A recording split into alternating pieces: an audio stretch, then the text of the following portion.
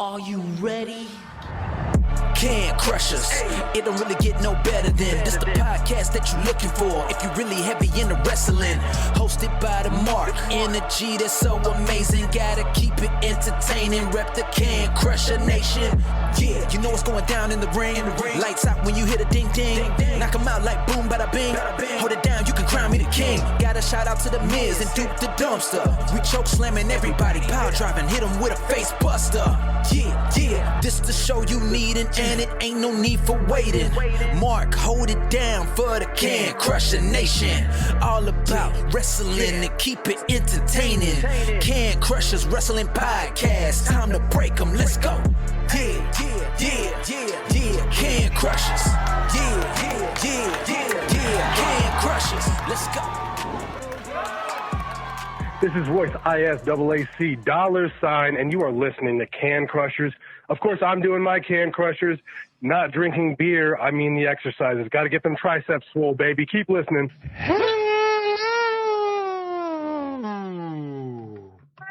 Welcome to Ask Can Crushers Wrestling Podcast.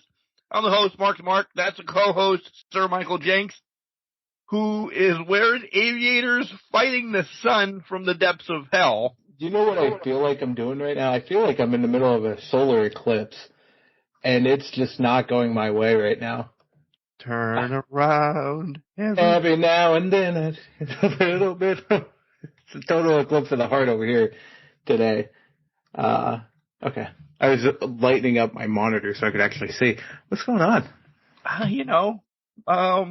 Less than a half a day at work and started drinking early, so neither one of us are crushing cans today. We're crushing liquor. We are going for it on liquor. Did you work today? I did. Yeah. The whole day. I was there the whole day. Good for you. Came home. Kimberly and I hung out for a little bit and decided, you know what? I looked in the fridge and like, I think it's time for the pumpkin liquor to come back out. I have finishing up the Jack Daniel's vanilla that I had in the freezer. I got done so early that I couldn't stop at the beer stores because they clearly weren't open yet. And I knew what I still had left in the fridge. I'm like, I don't know if I want that tonight. Came home, did some stuff, and then when it was time to get going, I'm like, I might as well just finish off this liquor. So Jack Vanilla right now, and then probably by the time we ask Can Crushers, Miggy is just going nuts in the background. We'll be into the Maker's Mark, so it will be a great Ask Can Crushers episode. Definitely will. I have pumpkin now. I'm thinking there's a peanut butter Reese cup one in there. All over it. I was just like, man, I don't know. That might get cracked. We'll see what happens. By the time I ask Can Crushers happens. It's Easter weekend. It's a good day. It is a good day. Great day yesterday as of recording. MLB started. I'm sorry. You did not have a great day, but I did. 1-0 Tigers win. It's fine. I mean, I don't have a lot of faith in the Rays. I generally don't every year, and it's always great that, hey, we're going to come back and be dominant and win the division or something, be in the Rays. This year, not a lot of fanfare. I don't think it's going to be that stellar of a year, but I think it's going to be, we're above 500, so I can't complain too much about it. The division's stacked. I was going to say that whole division could be over 500 again, and just because of a game here or there is you don't make the playoffs, essentially. Well, 100%. So you take what you can get out of it, and you can't really be disappointed by it. I know Yankees and Red Sox fans are irate because they go 4th and 5th place, but again, you're over 500, you take what you can get and run. I'd love an over 500 season. It's wonderful. Man. It's wonderful, but they just won't do it. They refuse to do it. Yeah, I know. So Jenks is bobbing and weaving. I really can't wait till the sun goes down in parts unknown Erie, Pennsylvania. We're gonna have to. I'm gonna have to tape something up during the break because it's okay. It's okay. I don't know if you saw, and it's happened as of recording like an hour ago. we've had our first benches clearing brawl in MLB. Oh, I didn't see. What happened? Rhys Hoskins slid into second base hard against Jeff O'Neill, the Brewers Mets, and oh, man. Rhys already has issues with the Mets coming off of the Phillies. Yep. Kind of erupted everything. So their first game, take care of a brawl early in the season. Well, you know what? Why wait? Yeah. Just why wait? Let's jump right in there. Let's jump right in there. I mean, it was a rough slide, too. I don't care what anybody says. I'll be out on the mark and say it. Cleats up, everything. Yeah. He's out here calling people crybabies. I just saw. Yeah, he's a rock fan. He is a rock fan. I'm trying to find the damn slide now that we're talking about it. So, who's got me? Nobody's got me. Nobody's got you right now. So you got baseball on one TV. I have the NCAA women's tournament going on in another TV because, no disrespect, my bracket sucks. Both of our brackets are just terrible. I mean, yeah, they have. It's just trash. We thought we were going to be, betting with Shohei. This week proves that we cannot bet with Shohei. No, Shohei's in the league of his own, basically, with betting, so. The women's tournament has been so much more money than the guys, though. I've been watching it more, and I'm like, no disrespect, guys. The women's game is so much better. Did you do a bracket for the women's? I didn't, and shame on me. So, I'm not going to say, I did one, but I did it basically the Thursday I was watching the men's tourney. I'm like, why not do a women's one and just kind of see what I can come up with and all that. Obviously, I'm not winning that one since I'm 21,000th place right now. But, hey, Did you take Iowa to win? Did you take Iowa? I think I have them going far. Let me see who got. Actually, I didn't even have them going to the Final Four, to be honest. So I took UConn, LSU to the Final Four, South Carolina, Texas on the other side, and then I have South Carolina and Connecticut going for it, with the Gamecocks winning.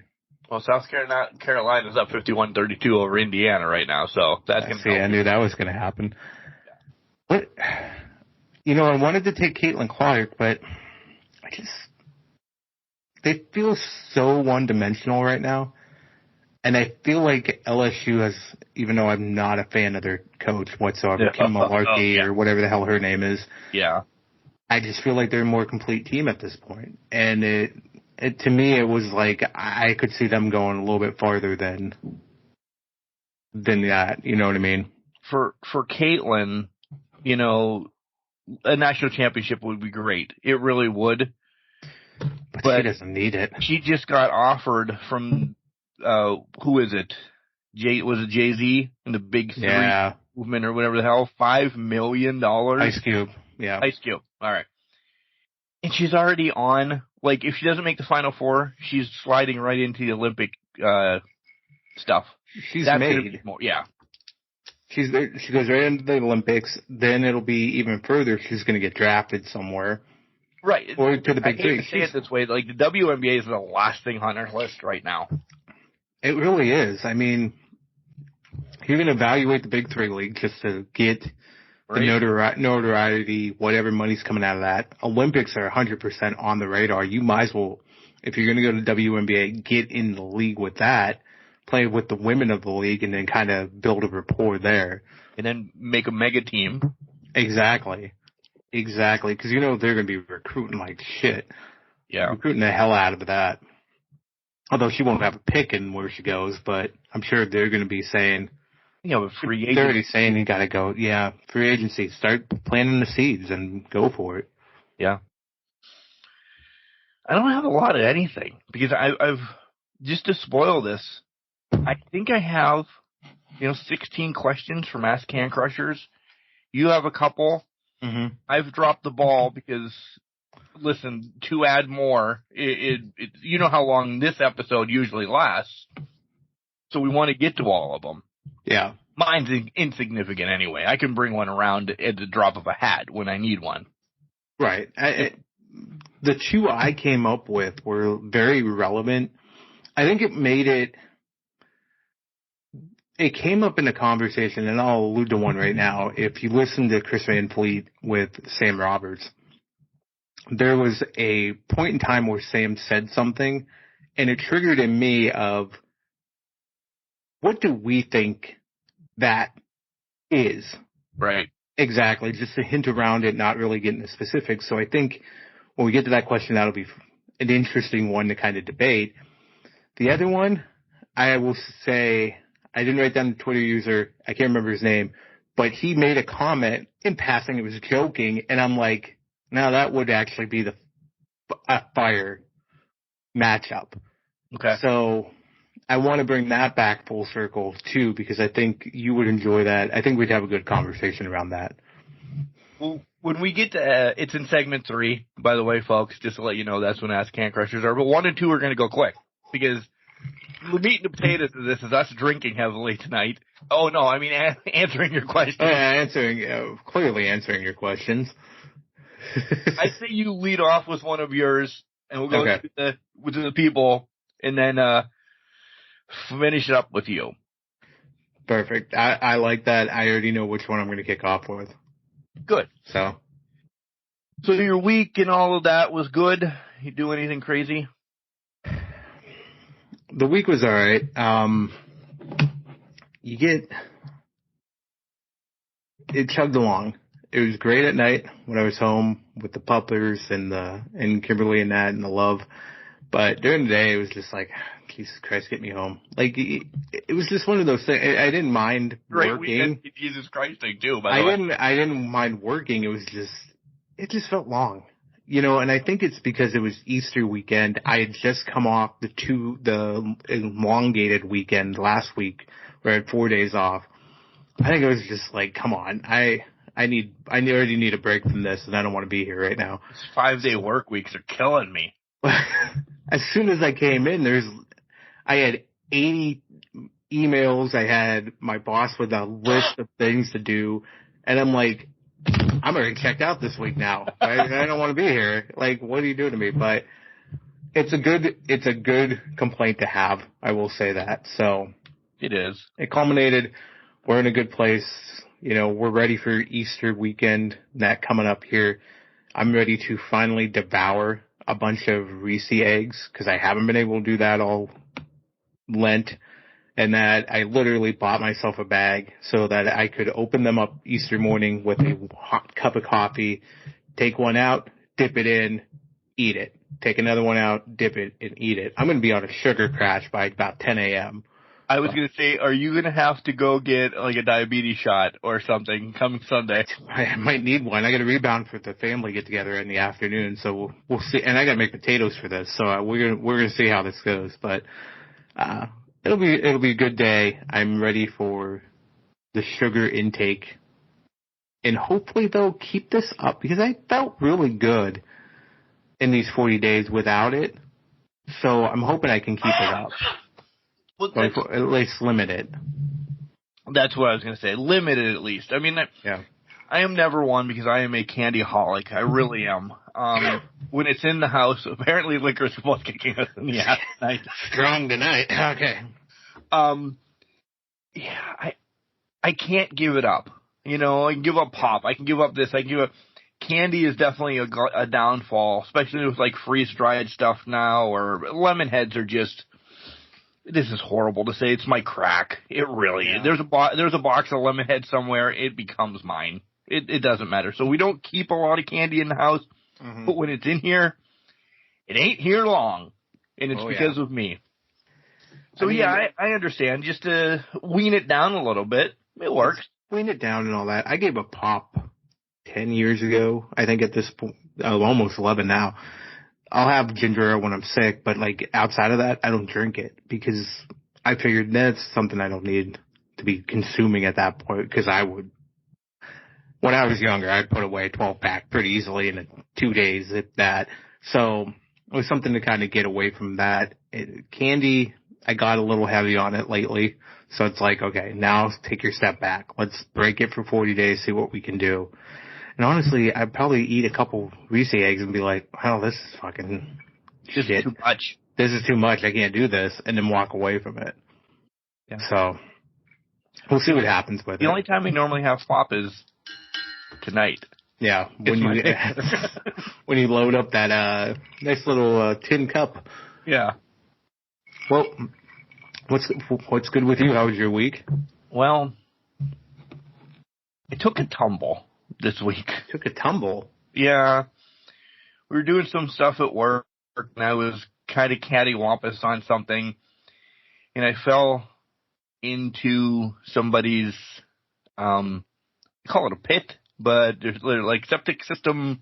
Oh. Not the bad part of it, like where the water is pumped out, not like the poop part or anything like that. It was on Tuesday. It wasn't bad. I kind of laughed it off, yada, yada, yada, but 47, I'm sore. I've been sore since like Wednesday. Yeah, I don't know. And I thought maybe I should go get looked at. The right shoulder took kind of like the brunt of it. Mm. And it's needles in there right now. So something may have happened. But yeah, I don't know. Maybe because I'm a doctor. You know, I continued going to work and I continued to use stuff. You know what's best for you. Right, I do. I thought maybe this longer, essentially 3-day weekend, I'll see what goes about. It's already documented at work. Trust me, the other guy with me fucking laughed at me, so he knows what happened. It is what it is, but maybe if something doesn't come up and about, you know, and the needles are still in my shoulder, that Monday it'll be like, hey, I think I'm going to do this whole check into the doctor thing. It's just, it's rough. I don't know. I'm not dying or anything, but right. it was a little, 5 foot, and I really feel it. Like I've never felt run over before, and that's where I am. But otherwise, podcast wise, this, that, and the other thing, questions are going to come. Why the hell are you guys moving to Thursdays for the spotlight? If you listen to the Cappuccino Jones podcast, this spotlight has been in the works since prior to Revolution. Then essentially, I'm going to spoil it a little bit. He got the phone call to go to AEW and work a match with the Young Bucks. We were recording that night. He's like, do you mind? Yeah. You call Tony Khan and tell him, hey, I'm on Can Crushers tonight, buddy. I have the stroke to tell you don't take that payday and go. Then he got sick, and then other things rolled out and about, and so we finally got it going, which was cool, actually, because then we actually talked about the match of how he got selected to take on the Young Bucks at AEW. We talked about catering, which is awesome. It's a really good pay-per-view. The pay-per-view was great, but the spotlight was even better with Cappuccino Jones, so it'll go back on Wednesday next week, guys. It's just something happened again this week, so. Me falling in the pit. Take it and move forward with it. It is what it is. Yeah. Other than that, that's it. No pressing hot topics on my end besides baseball. I mean, nothing crazy going on right now. I mean, in the world of besides normal shit in wrestling. Rock yelling at producers and telling them to go fuck themselves, basically. That was the news of the day. Did you see his TikTok? When the show stopped, and he's like, this isn't when it fucking stops. This isn't when it fucking stops. I'm going to still... I have stuff to say about the Rock things, too, when we get to WWE. But, yeah, I don't know. I mean, yeah. Oh, what? I guess I'm going to say this mean...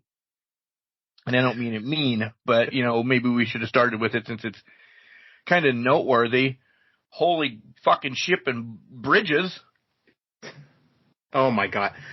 Did you see the guy that no-selled the fall? Yeah. Yeah. Obviously, we're talking about the Baltimore Bridge collapse and the ship that lost power and rolled right into it. But there was a report that came out later that day. They found 2 of the guys that were working on it. One went to the hospital. The other guy apparently dusted himself off and was like, I'm going home to my family. Peace out. This is like Hogan level. Yeah, Sting level. Yeah, Sting level. Yeah, I'm no sell. I'm hoping he beat his chest and let out a howl. Throat somewhere. Yeah. That's it. That's roughly it. Where we got going on. I mean, we should be a wrestling podcast once. Pay the bills, talk wrestling, and answer the questions. You know, we should absolutely do that. By the way, Seth Rollins is just getting. Did Seth lose his mojo on Twitter or something? He can't respond to anybody, or he did, and I have some stuff to say about that when we get there. All right, we'll get there. We'll skip that part. But 9 years ago today, Heist of the Century happened. Yep. So Seth, when Roman obviously commented on that and called him that's when you became the permanent number 2. But we'll get there when we get there. Heist of the Century, the best Money in the Bank cash-in. I'll say it right now. I don't know if it's ever. I don't know if it's a question on the Ask Can Crushers, but that's my one. 2 is Dolph Ziggler. Charlie agrees. Charlie does agree. Yeah, I like Dolph's. I do. I don't know. You guys know how I do Ask Can Crushers. You send them in the email. By the way, again, no voice message ones. I'm kind of disappointed from you guys yet again, but it's cool. I do like you send them to the email. I copy and paste them in my notes, and that's it. So, Bing, bang, boom. All right, paying the bills time. Collar and Elbow. Hats, hoodies, tees, all the cool stuff that Al Snow and the Hooligans have down at Collar and Elbow. Go and buy it up. There's the shirt that I always talk about normally on the spotlights. It's the Macho Man one with Head and Al Snow inside the sunglasses. It's really sweet. They have Dusty-inspired ones. They have the ones that are, commemorative for Shad and Animal and the likes of those who've passed away that still help support. Go and buy all those shirts. I've had shirts from Collar and Elbows for years, and they still look pristine. After thousands of washes, still fit awesome. Go and buy them and use our promo code CANCrushers. Save yourself 10% at collarandelbow.com. Or you could go use our affiliate code for www.shop.com in the show notes. Click the link. You may get a discount. You may not. But you help out the podcast by using that link to go use the affiliate code, buy yourself some nice Cody Cryberry baby merch, Rocky merch, Seth frickin' Rollins merch, the MLB belts. The MLB belts, those are pristine. Are they $550? They have to be. They're they're not that sick. Listen, I did not make the drop to buy the WWE Tampa Bay Buccaneer one. I'm not going to buy the Rays one. And I won't buy the NHL one. That's inevitably going to come out later this year through Fanatics. So, but a lot of sick merch, a lot of great things out there. So go ahead, buy something up. Use our affiliate code. Yeah, it'll help. Like we said, sometimes you'll get a discount, sometimes you won't. We're transparent and, we're not going to lie to you. Exactly. Where can people listen to us, though? Oh, man. Listening to us. Spotify, Apple, Google Podcasts, or, there's many other platforms. Podurama is not a bad one. It's a seamless transition from one device to another. If you go there, look at all their discounts that they have available right now. Go to Podurama.com, listen to our sultry voices. You can listen to other things in wrestling genre, but you don't want that. It's not as fun. Go explore other genres after you're done listening to, 500 and... How many episodes? 538, 539, something like that. You better keep this running. I'm going to keep, listen to our sultry voices come out and fill your ears. 554. 554, okay, fair enough. The spotlights I did not account for on that, but listen to us on Podurama. Pick it up, get the discounts that they have out there available right now. Yeah. Guys, we do an Ask Can Crushers quarterly, essentially. but we'll always take questions. Like, we dedicate this show to as many questions as we get in. We get a couple in here or there, we'll answer them on the show without a doubt. So if you want to do that, cancrusher69@gmail.com. You can send them in. You can get into any of our DMs, which is Facebook, Instagram, Twitter, Threads, wherever you want to DM us. We'll answer them on there as well. Yep. Or at any time you want to hear your voice on this show. Call us, 814-299-6687. We set up the voicemail for you guys. The dogs agree. Listen to us. Leave a voicemail, 3 minutes in length. Maybe not flood it 15 times over like certain Can Crusher listeners and friends. But, give us a call. Give us a ring. And what is going on with my voice? And don't forget, guys, we're on YouTube now. Audio. You get to see the thumbnail. So if you want to stare at that audio thumbnail for 2.5 hours that the show is, essentially, check us out on YouTube. Like, subscribe, share, all that cool stuff. If that's your way of, taking in a podcast, it's cool. If you like it, it's growing. Yeah, so it's good. Take it. Enjoy it. Listen to us through YouTube. We're there. We'll fill your ear holes in however you want us to. What? This is getting a little too well. Time to go refill the drinks. When we come back, a quick wrap on This Week in Wrestling, because we really want to skyrocket right to Ask Can Crushers. Hi, this is the show pony Reese Ramon, and I absolutely love the Can Crushers podcast, and you can even listen to it on Spotify. Welcome back to Can Crushers, guys. Hey, by the way, don't forget, we have merches too, Jenks. We have merches? We have merches? Well. Merches upon merches? Oh, check out CrowdMade, guys. That's where we have our T-shirts and hoodies and tanks right now up on CrowdMade.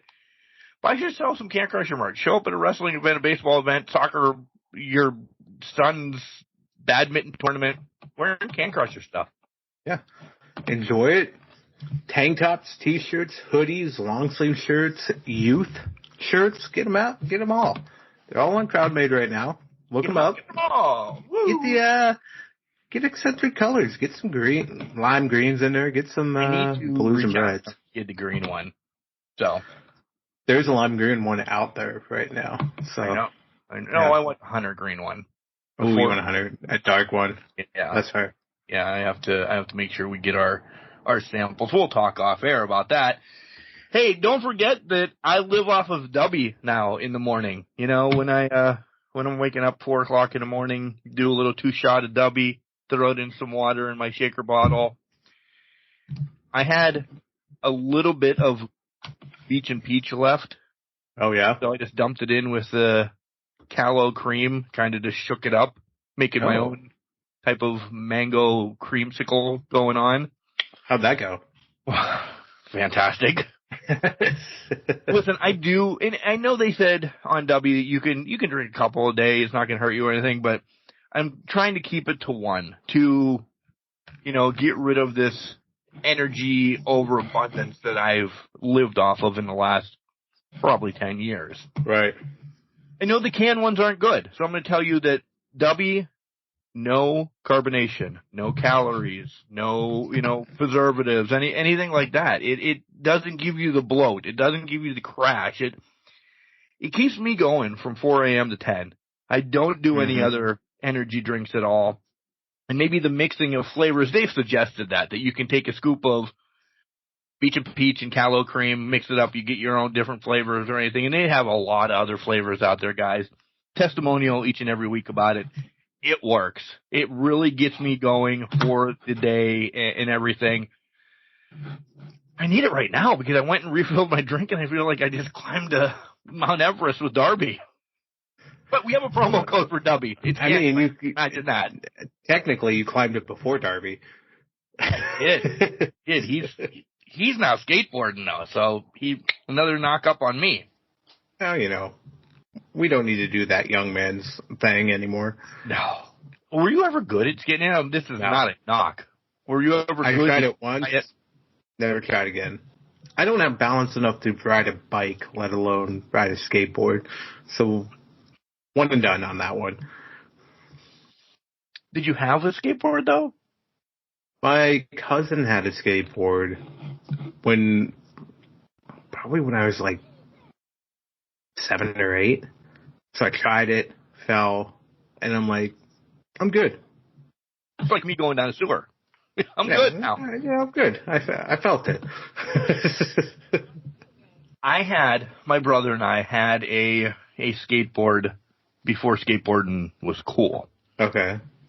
He was probably 5th grade, which would put me in like 3rd, 2nd. No, shit, we're like, in life we're 6 years apart, but in school we're 4 because, and this is going to sound stupid, because the way his birthday rolled around, he missed the cutoff at one point. So he was like the oldest person in his class, but then he also failed early in his life from sicknesses and stuff like that. So we were only 4 years apart in school-wise. So he's in 4th, I'm in 1st, essentially. Mom would drop us off like a block away, and he'd have a skateboard and ride it. But it was just like, stand on it and ride it. We were not doing tricks. The grinding of things and everything was not it. It was for the appearance of being cool, essentially. We were far from it then, too. Because I was wearing, like, jam shorts that had, and they're back in style now. They clearly are, with, like, the flowers and everything on it. Oh, yeah. But I had the tube socks pulled all the way up. But see, tube socks has made a comeback, too. Okay. I know Kimberly's brother has made a comment to her, at least, that no-show socks are not in style anymore. So tube socks are in style. Look at Osprey. And I'm looking at him like, I'm good with my ankle socks. I love no-shows so much. I really do. Going off that point, I got a pair of Hey Dudes. Great investment. Oh, yeah, you want to talk Hey Dudes. Those are amazing. It really is like pillows on your feet. So nice. So good. I have a second pair coming, and they're going to be fantastic. I have a black pair and a gray pair now. I just went with the brown khaki pair. Essentially, you can wear with anything. I wanted to get a brown khaki pair, but I also didn't want to pay full price on Amazon, so I'm waiting for a discount to pop at that point. So I want the college ones. Because that's, I want a pit pair. I saw the A&M ones and I saw the Kentucky ones and that. I didn't look too far into it because I'm like, these aren't on sale. They had 97 different styles that you could order from. That's why. Of course. I mean, you gotta match the uniforms. Imagine that. Having a different pair of Hey Dudes for each uniform that they wear. There's somebody out there that would buy them all. Yeah. Again, we're a wrestling would do it. We tried to get away from this earlier, and now we came back to it. So let's encapsulate everything together, because that's the way that we're going to roll with this week. And let's start with WWE, because they win because they had 2 shows to 1, essentially, this week. Well, yeah. The only thing on for AEW was Dynamite because of the tourney. This morning. Yeah. Rampage was on last Wednesday. We obviously covered it at that point. So, yeah, WWE wins it all at this point with 2 shows. But do you just want to start hot? I really do, honestly. Start hot. What do you got? Hot. The end of the fucking show, man. Rock was just look at this, look at you now, look at this, look at you now. Could he? The amazing actor, the amazing wrestler, everything, the best promo guy in the 90s. Could he not think of anything else to say? Look at you now. Now get up, boy. Now look at you now. Get up, boy. Hindsight 2020 to me is he didn't want to think about anything else to say because of what he did on Monday. You know what I mean? Like, he knew that was my end game, so I didn't care what I said on SmackDown because that wasn't the highlight. And so he was just picking and choosing his, look at me now, look at you now, look at this, look at that, look at these yahoos. Where's Waldo? Yeah, where's Waldo? Where's this motherfucker? And there's the exclusive for the episode. But I think it was just because there's so much going to happen Monday. I think he kind of just skipped over SmackDown, his show. Yeah. Because But that was on Raw. That's what I'm talking about, Raw. Whoa. Oh, you went to Raw. Okay. Yeah, because he did this look at you now when he was beating his ass out and he bloodied up Cody. Oh. I was too busy watching him beat the shit out of Cody. I didn't. I that's couldn't where he was less. doing. Yeah. That's fair. That's fair. The one takeaway I took from that point though is the Mama Rhodes belt, the blood off the face, and it's mirrored it on there. Right in front of the dog too. In front of the dog too. That was key. To me, Monday night was about the visuals and not paying attention to the trash that he was talking as he delivered the thing about it. And right, wrong, or indifferent. Just beat it. Listen, I love it. But the trash talk, I loved it too, but the trash talk is fine. But to me, it was all about the visuals that you were getting with that. And there was layers upon layers with that visual. It started earlier in the night when he came out unexpectedly. You couldn't hear what he said. Right. But apparently it came out, and it came out, I'm going to make you bleed tonight. That foretold what was going to happen later on, and that was the key going on here. No matter what Rock said to Cody on air, or what he said to producers off the air, tell them to go fuck themselves. It was time. It was just the imagery of it sent this to another atmosphere, but probably also makes people think, is he facing Roman at all, or is Cody just facing Rock at this point? Because Roman's being left out of this whole thing. And I think tonight it answers, does Roman know about this? Does Roman care about it too much? Is there going to be a tension play here with these two? Well, that you guys will know more. Right. If you watch whatever happened last night. Yeah. Do you think there needs to be a time, I think, like this would have been it for me. If I was booking, this would have been it for me until Mania. They wouldn't be on SmackDown or Raw. Yeah. I think, I don't know this, and it's not been said yet, but I think SmackDown's going to be not a lot of anything next week. Maybe the Hall of Fame takes over for the SmackDown next week. The schedule's, as we're recording, the schedule's not out. But I would imagine, right? Or the Slammies on SmackDown that we predicted last week. Like, SmackDown just doesn't seem like it needs anything next week. SmackDown's supposed to be the official go-home show, but I think Raw will be the official go-home show. SmackDown, to me, SmackDown next Friday is a stopgap for the lesser feuds. Is the stopgap. It's the, okay, we got to progress these other feuds that need to happen going forward. We the still major need a couple ones, more matches. We still need a couple more matches. The main ones, they're set in stone. They're solid. They're what they are. SmackDown next week is going to be nothing but just, we're trying to pull things together at the last minute to shore up the card, essentially. You may have an appearance by Roman. Brock will probably be there. They might throw fists. But they're not going to do much leading up to Mania Night 1 next Saturday. Do you want to make a trip to Philadelphia next week now? Is it boiled up a little bit? It's tempting. It's almost right there. It's so tempting right now.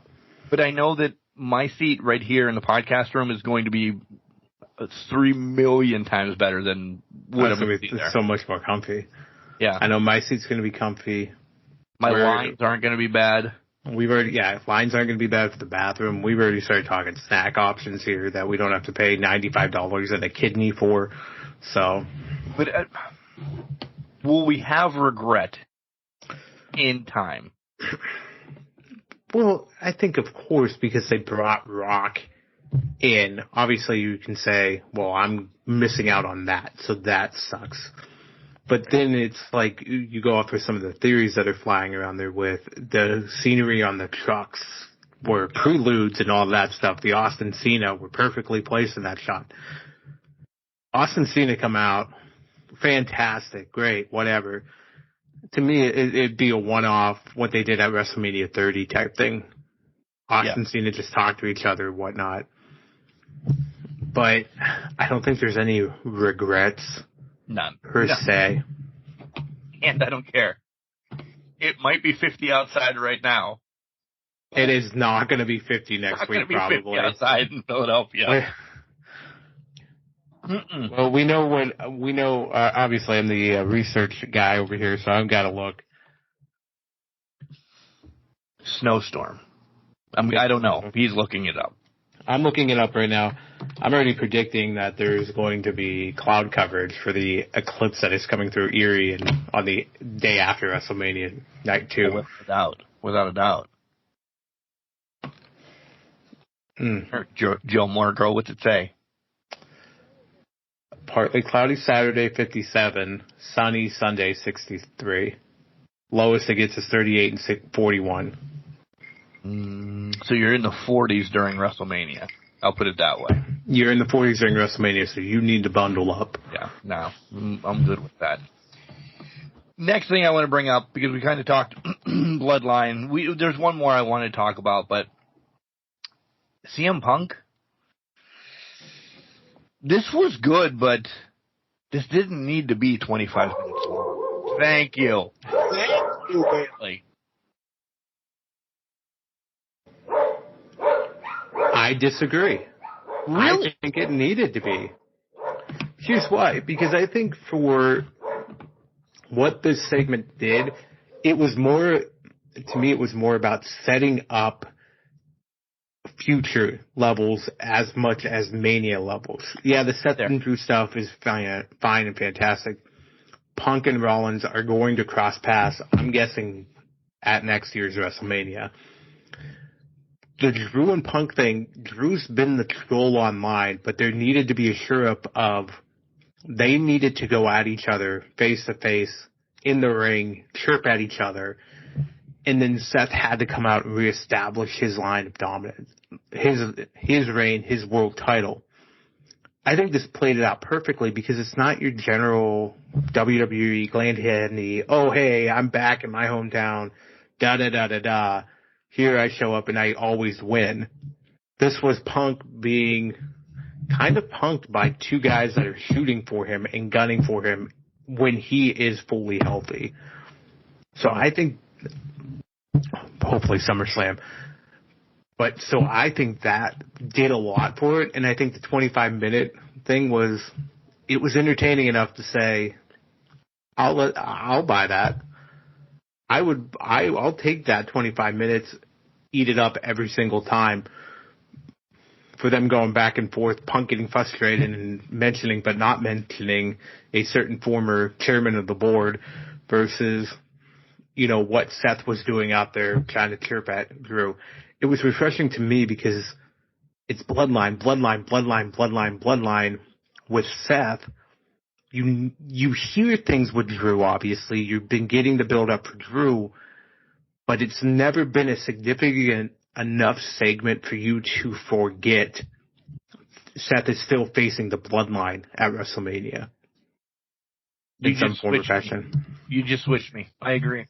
I loved it. I did because of the knocks on this, and I think there was a lot of unscripted things said. Yeah. Which made it real Drew, real Punk, real Seth. Right.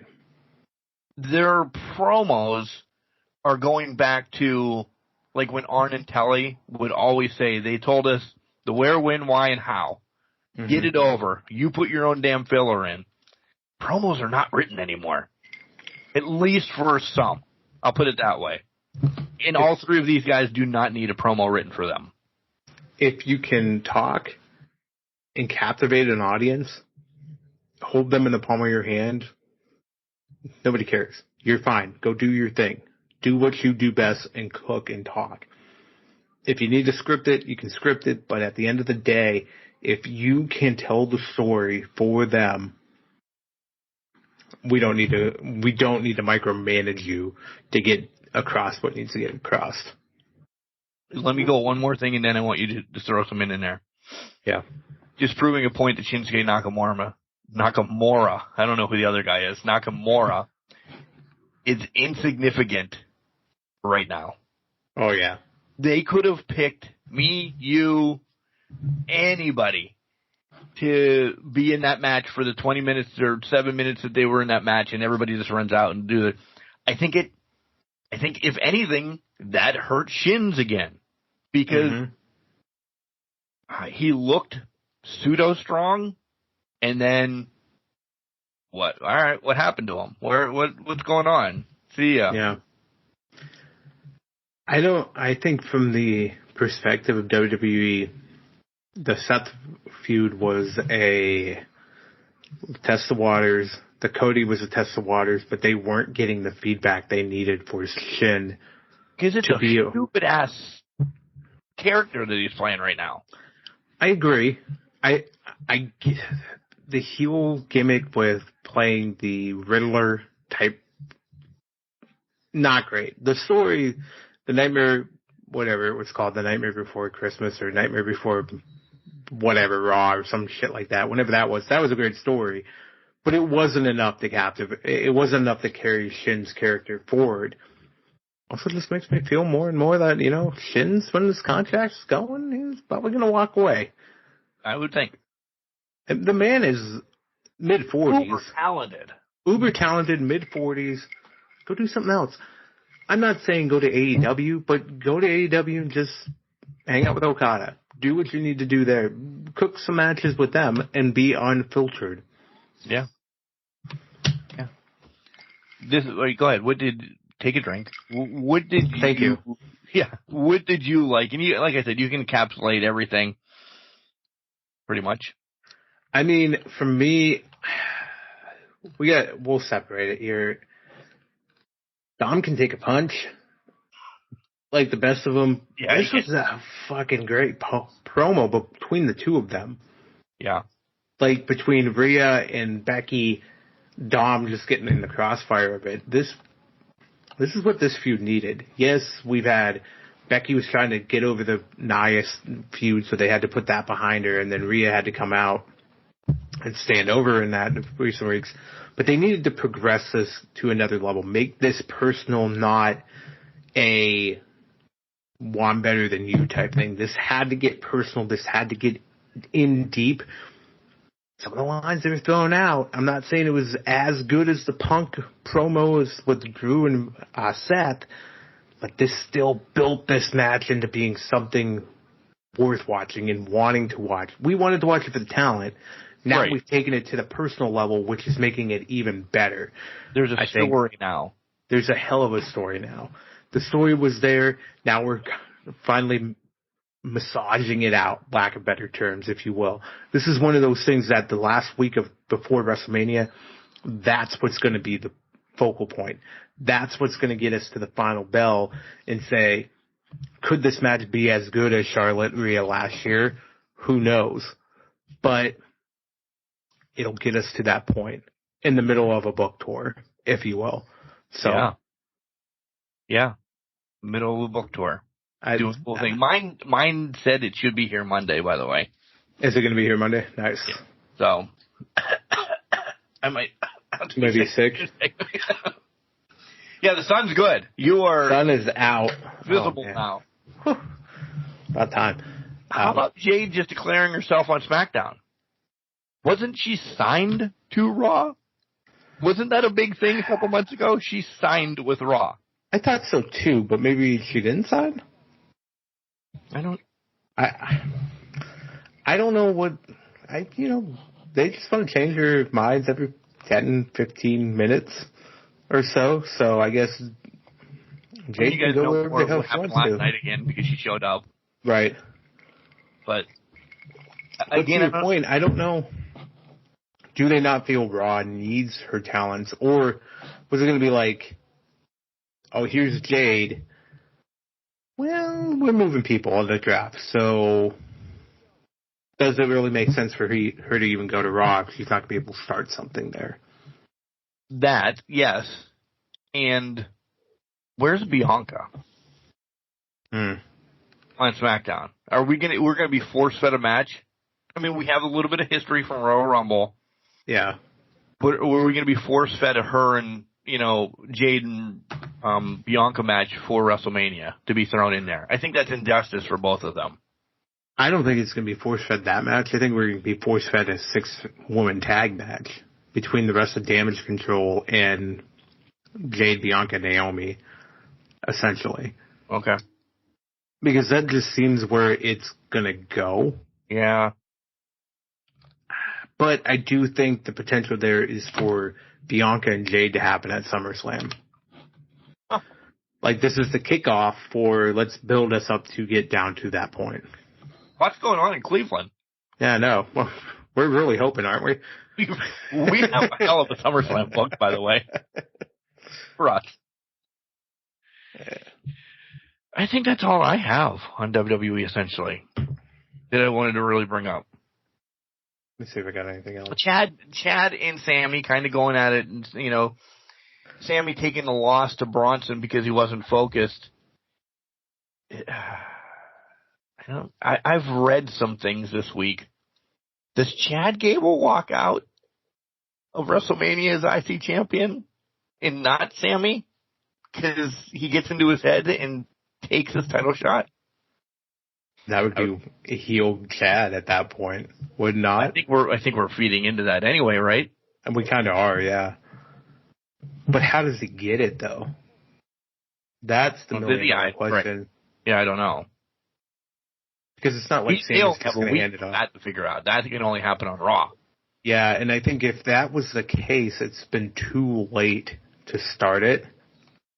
But they could pull the one where, Gunther, Sammy's night one, Gunther gets cocky or something like that, or Sammy says, you go get him, and Chad goes night 2 against Gunther and wins. So this is WrestleMania 40, a night that everybody has to wrestle twice? And all the big stars. But think about it this way. Let me stir the pot then. Stir it. Aren't some of the women bigger than some of the ones that we're mentioning right now? Well, 100%. But what else are you going to put them in if you don't build up the storylines? I know. I mean, Becky already came out and said she wants to be first match. Her and Rhea, first match of the weekend. She can say, see you, Seth. I'll see you Monday. I'm going to go home with the kids. Yeah. Or I'm going to go back on the book tour and I'm just going to go back on the tour and do what I need to do. I don't blame her. I mean, well, listen, we've always said a big match always starts WrestleMania anymore. It really does. Have Becky and Rhea first match out. Whew. Good luck following it. I know. But it depends on what night they pull first match out. They could do it night 2 and do that. I still feel like we're going to get that announcement of Rock pulled strings, because he keeps mentioning it. Yeah. Rock pulled the strings, and Seth has to wrestle 2 times in one night. Mm-hmm.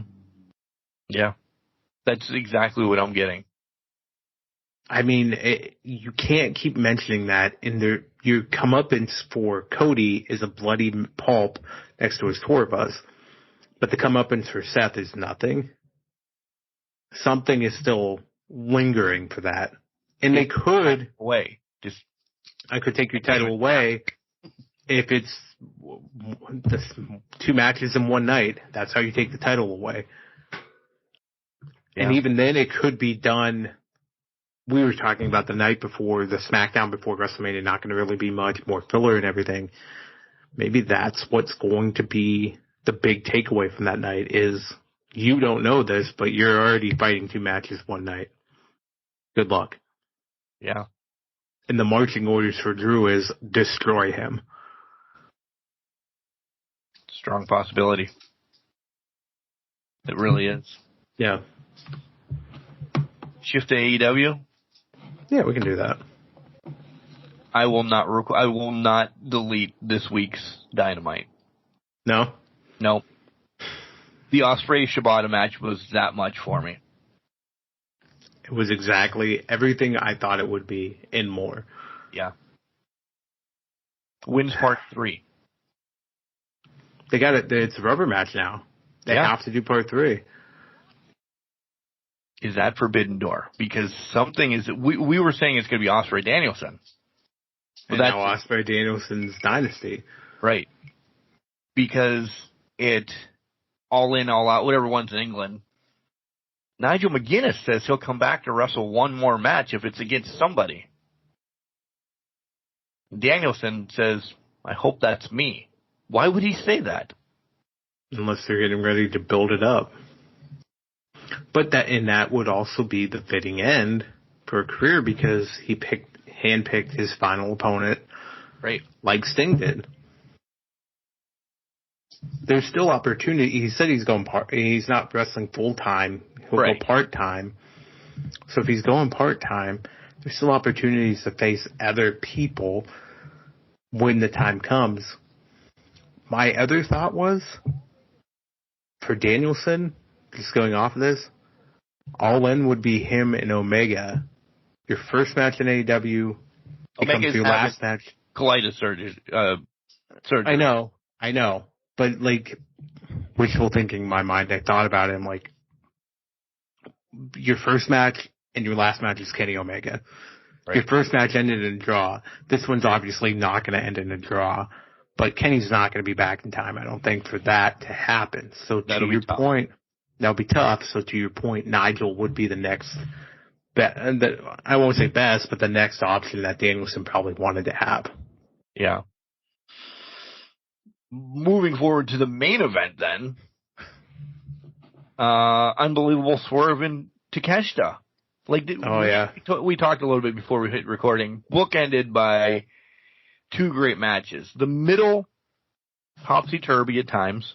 Mm-hmm. It was But did you ever think Takeshita was going to win this match? I will say that.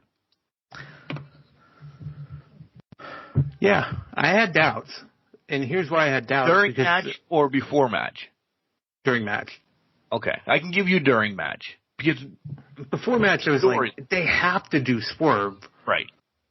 But during match, I was sitting there like, okay, there's a lot of good things happening for Takeshita here. They pulled the triple threat before, or they could make Swerve chase it till Double or Nothing and make it a big moment in Vegas, right? So that's kind of where my head started playing into, it's going to happen. They're going to push this out. They're going to give Takeshita the fight, the opportunity at that point. When Takeshita didn't win it, I was like, okay, it is Swerve and Joe. I'm happy with that. I'm fine with that. But I don't think Takeshita's too far off from getting a crack at this title. I don't either. I think this match is revisited by the end of the year. And we're talking 100%. About it.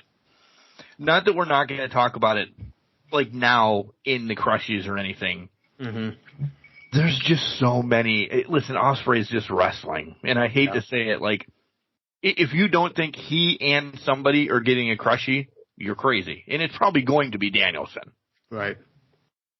But then it could be Ospreay and Fletcher. Or it could be Ospreay and Shibata. Ospreay Danielson, Ospreay this, Ospreay that. The man has come into AEW in his prime. Right. Ospreay Takeshita. That just happened that we talked about. Yeah. Yeah. This was a great match for the match that it was. And it's I'm not slapping it in the face. It's just not going to get that level. It was brutal. It was swerve shit, essentially. I liked it. I liked that there was a little bit of doubt. But I really liked at the end that they went to Joe and Renee. I liked the way that Dynamite ended with that. Yeah. Well, that was a strong way to end.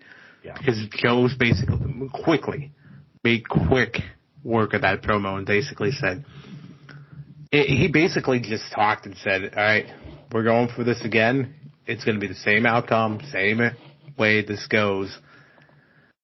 I love that they're making Renee the focal point for a lot of this stuff. She is the one to come in, swoop in and say, here's what you need to, you're making the point. You're the point person on this. Marvez is fine. He's just there to be the Young Bucks joking. He's the Young Bucks comic relief. Renee is there to get the scoop, get it out there, and make the point. Joe, 100% was basically just telling him, you're fucked at this point. You want to come at me again? I'm going to choke you out. I'm going to take you out again. Yeah. It was, I agree with you. I do like that interview, Sal. We've gotten back into prime AEW. We have. There was a month or so that I'm like, what's going on? A month or I'll give you 2 years where I'm like, I was really maybe a year and a half, where I was getting like, this is not, the iron's not striking. And then it struck conveniently after All in London. Fill in the blanks with that. Right. Because now we're finding our identity again with AEW.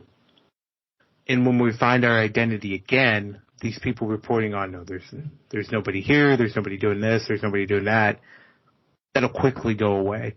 Because the identity's been found, people are going to start enjoying it again. Yeah. For what it's worth. My month and a half, I meant recently, month and a half. I I know what you're saying. Yeah. But there was like some times that I'm like, this was last week's show.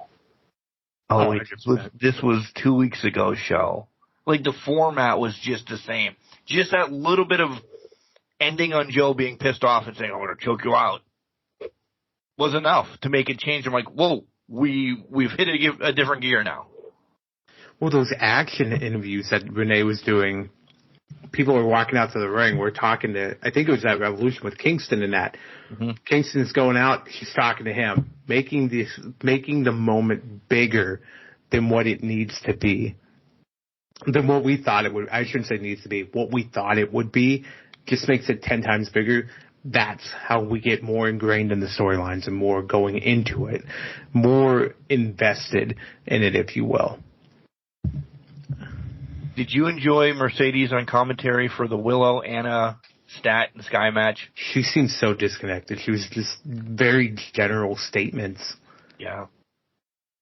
Like, give me more. We need to get her in the ring because in the ring's her strongest suit. This is what happened when they did it with WWE on commentary.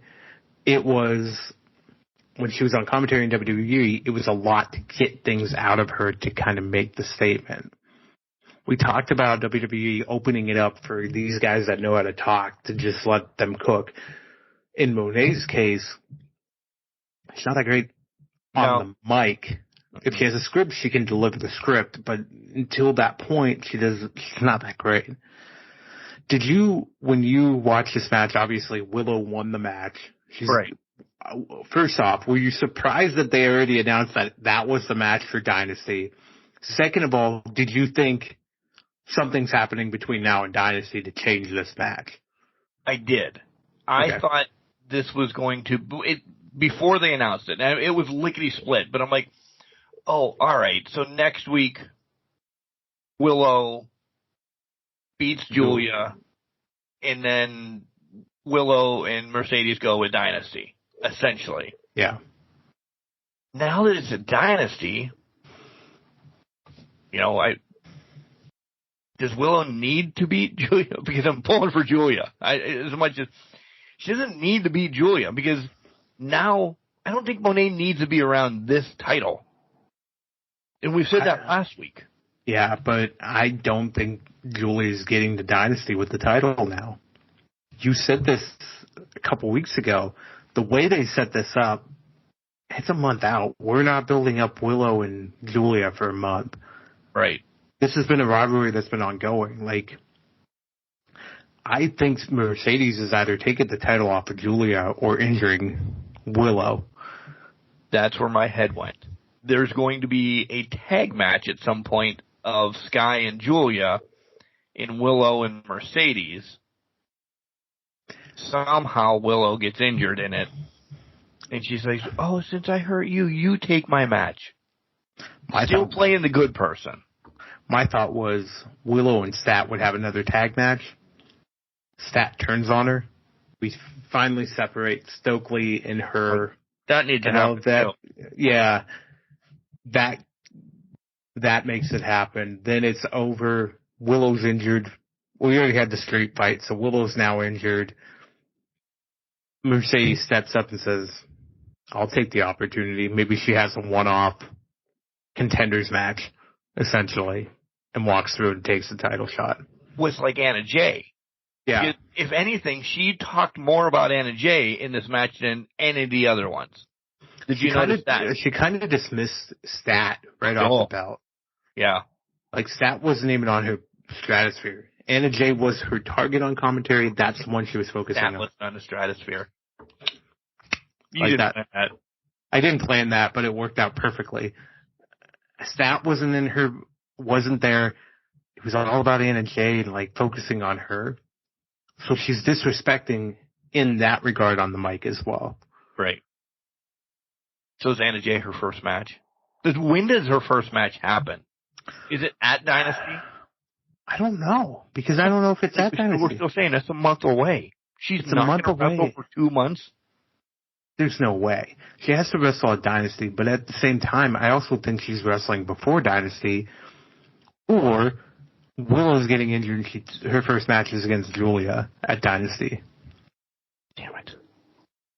I think they're feeding Julia to the wolves. I completely agree. Because then, for me, 6-7 months ago, we said there was going to be the sisterhood or the whatever the hell you call it. Yeah. The covenant, the divine intervention or something. And that's not happening. So that's not going to happen. It's not going to happen. And I wonder if this was Julia's run. Like, will she rebound then? But it's Mercedes. So I think yes. It's the best possible way to end the run because it's a high-profile name that we all know and expect. Right. She's going to lose to. Right. We know. I get that. I'm swallowing it. I understand. You're swallowing the basically of this is the end of it. But I don't think Mercedes keeps this one long then if she has it. Maybe she's the first two-time. But see, here's the thing. I think she does because I think, A, they want to replace Jade's legacy with it. Clearly now. Yeah. B, you have to give her something to do until the women's world title picture clears up. We've said it time and time again. Which you threw Deanna in there right now. Yeah. You threw Deanna in there. You've thrown Mariah's floating around in there. You have Jamie Hayter in the wings waiting to come back. DMD is probably going to be the threat at some point. Thunder Rosa's been hinted at probably to match at Dynasty for that. There's a lot of people shooting for it right now.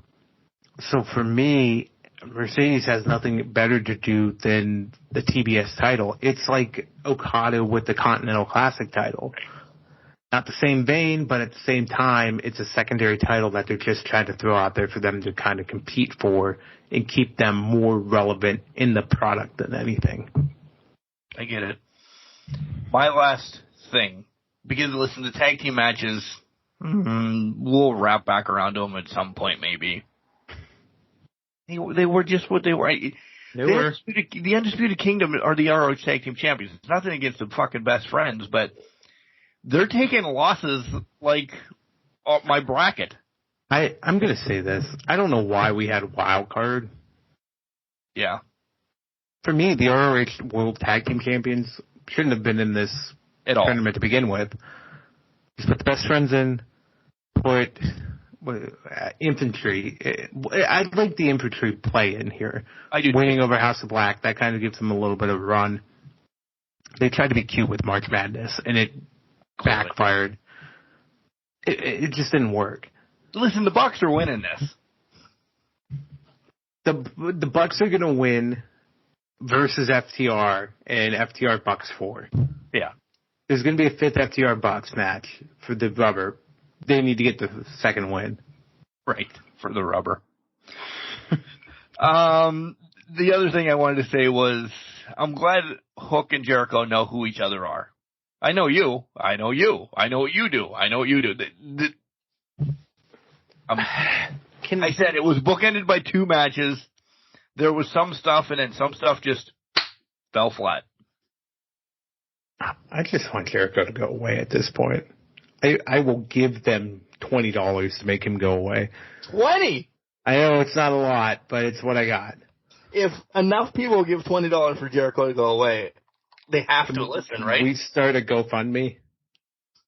Go at 500,000 to give to Tony Khan. I know they're struggling to get people. I know they're struggling to get people in the seats, but I think they would get. I think we could get 20 from people. Are you ready for Ash Can Crushers? I am. It's about that time. All right. Listen to this quick break about somebody talking how awesome we are or how much they hate us. I don't know which one I'm going to play, so I can't tell you. We're always on the spectrum here. Yeah. And we'll come back and we'll start Ask Can Crushers. And we're getting tuned in pretty quickly, so get ready. Hey, it's Cold Brew Cappuccino Jones here on Can Crushers, the most caffeinated and the most flavorful podcast because I am on it. All right.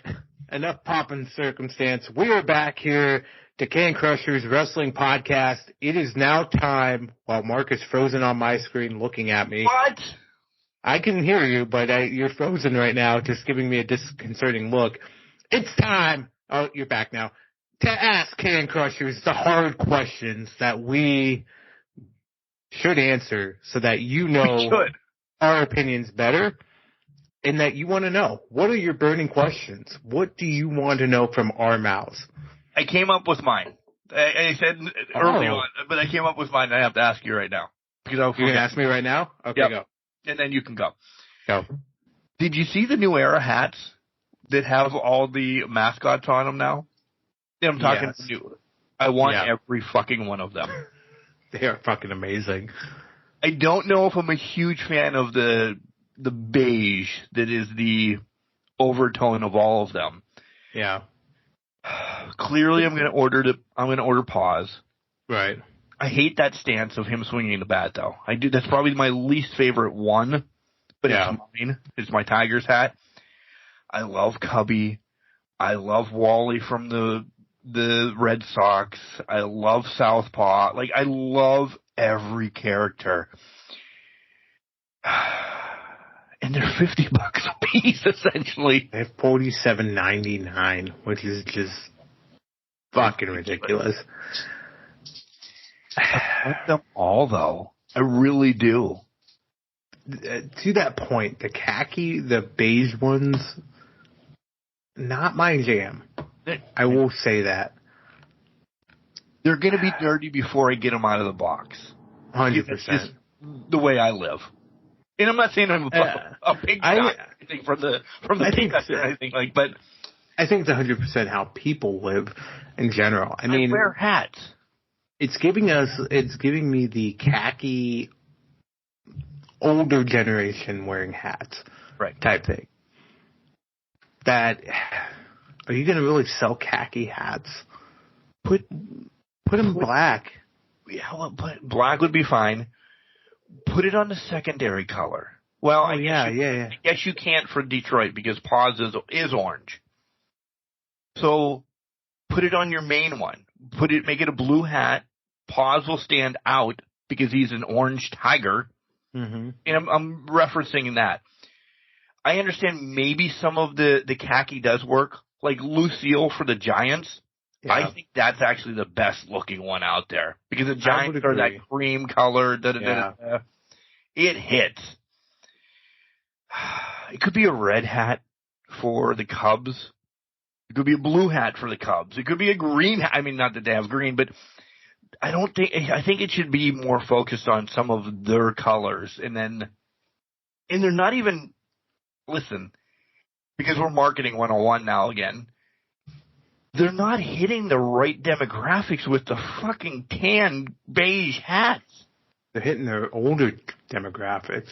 That's not. And I don't know if my Uncle Joe wants a fitted hat with a character on it. Yeah. I think if they go us or younger would be fine. Yeah. I think if they go, even if they don't go secondary, I think if you go a light to mid-gray. I'm there too. That would be fine. Brim, secondary color. Or primary or secondary color. Because, I mean, you have, like, the Cardinals, Blue Jays, who their secondary color is basically white. Right. Nobody wants a white brim. No. So, go with a light brim, go with a red, go with a blue brim. It's fine. It'll work then. But the idea of having the mascots on a hat within itself. Smart. Oh. I will suffer and buy the Paws one. Mm-hmm. But if they were $20 and on black hats, I would probably have them all. And that's 100%. not a lie. No. Give me that Marlins one and that Marlin blue. Yeah. All right, ready for Ask Can Crushers? No, I'm blown away. I just want this hat now. Income tax is coming. We're recording now. Purdue's about to hopefully beat Gonzaga, and I'm not saying that lightly because I like Gonzaga usually, but I need my bracket to kind of stay alive here. So, yeah, Purdue, let's go Boilermakers. It's Ask Can Crushers. We talked about it during the break. I have my first question ready to go before we get into everybody's questions. However, there was something that got tweeted, and I just want your opinion on it. It's more or less, hey, we're recording and this just happened, so I gotta find out. Evil Uno retweeted Tony Khan and said, Tony Khan's message is AEW, we're the best wrestle. And that's I hate that. I hate that because that's so much WCW where the big boys play. Yeah. I hate that. He's turned it into WCW, isn't he? Like, there's sometimes that it's just like, this is WCW 101. Yeah. Don't, man. Don't ever throw that up on national TV. We're the best wrestle. Mm-hmm. I don't like it. No, I don't either. Yeah. Actually, there's a bad taste in my mouth about that. This is why they pre-tape your promos, and now the Young Bucks make fun of you for it. Yeah. Where's your real first question? First question. Let's dive in. I'll count while you're asking the question. Yeah, that's fine. We know, we've heard of the Attitude Era. We've talked about the Golden Era. We know the PG era. And we know there was an era in between. The current era we're in right now, when do you think that started? 14, by the way. 14 questions? Okay. When do I think this era started? You know I'm horrible with dates and stuff, so I'm going to tell you round about then, essentially. Yeah. You can give me the date because you are definitely better at that. When the Shield first walked out into the arena. Okay, so 2012. Yeah. Okay. So that was Survivor Series 2012, obviously, when they decimated Ryback and all of that. Okay. That's where I thought, because essentially, I'm not saying Roman was then. Yeah. What he is now. Clearly, we knew he was on that level, right? Mm-hmm. So I would put, but I think eras are for 10-year-ish, and if we're all talking about what we're going to talk about in next week's predictions, maybe a new era is coming, essentially. Maybe not. We don't know. We'll talk about it. But yeah, I think about when the Shield started. That's, in my head, that's what it is. That's fair. I think it started way after that, and more recently than that. And when I came up with this question a couple weeks ago, I had a specific moment in mind. If you listen to the podcast with Chris Van Fleet and Sam Roberts, he kind of echoes it in the same aspect of event-wise. But mine's a specific moment in that event where I think things kind of change. Are to you me, saying this era is still going on then? I'm saying this era ended in 2022.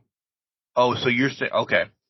Yeah, so I see where you're going with the Shield era of things. I also think that ended in 2020 when Roman walked out as your tribal chief. Okay. But I don't think it picked up a secondary era until 2022 when Cody Rhodes came back. It was COVID. It was COVID, so the COVID era, if you will. But I think that officially got away from it when Cody came out at WrestleMania 38. To me, that sparked the new era because that sparked a little more gritty about it, a change in the environment. Yes, there's a lot of things from a management ownership perspective that took place that summer. But I think we were already seeing that from that year's WrestleMania. And then moving forward, what it would be called, though, I don't know. I hate the loose words of like reality era, or anything like that because we'll get hate. It's wrestling. It's not reality. Okay, right? I don't like that. I don't think we can call it like the nightmare era or anything because it gives it. It gives a negative connotation. It gives me instantly. I think of, and no disrespect or God love them, it would give me a Bray era, or it would give me a Papa Shango era. It would give me Boogeyman. Like I would think that type of something. I don't know. I really don't know a name. I don't either. What would you call in the one that apparently I named an era then? Is you? I think you did. I think a Shield era. It's a Shield era. I think that one was more. Yeah, I would say Shield era because they really, as soon as they debuted in 2012, until COVID, they ran the show. Right. Everything ran through them, including Dean, even when he left in 2019. But I think that was the beginning of the end of that era because he left. Right, wrong, and different. They ran that era. The Shield era was a thing. Right. There was the Shield era, the Ruthless Aggression era, the PG era, Golden era, the Attitude era. To me, COVID was an era because it was just its own anomaly of a thing. And it really was 2 years. I don't care what anybody says. In wrestling, because nothing got back. Yeah, they had live shows where 3 people could sit 90 feet apart, yada, yada, yada. That was still impacted by what was going on. So COVID took from 20 to 2022. Yes, WrestleMania 2021 was a thing, but it still wasn't a thing. It still wasn't a thing because you had Samoa Joe in a poncho with 12,000 people in the fucking arena. And in Raymond James Stadium, essentially. A 70,000 arena. Football field. Whatever. Yeah, football field, So, I agree with you wholeheartedly. I think it was at WrestleMania 38, but I think it was Cody Rhodes coming back that we all knew was coming. Right. But I think it brought back hope that... don't say the hope era. I'm not saying the hope era. All I'm saying is it brought back hope for us to get on a more enjoyable path where we are now. Now, saying that, there was a lot of things that happened with that helped that get to where we're at now. And the hindsight's 2020 when I say hope. One's going to say post Vince McMahon era. That could be the name of this one, I bet you. And honestly, true. And honestly, it kind of fits. It's a post Vince era.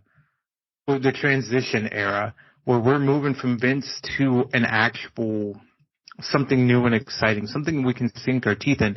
Because there was a time, you and I can both admit to this, where Raw came up and you're like, I can't watch this fully. We talked about it on this podcast openly. Fast forward through it.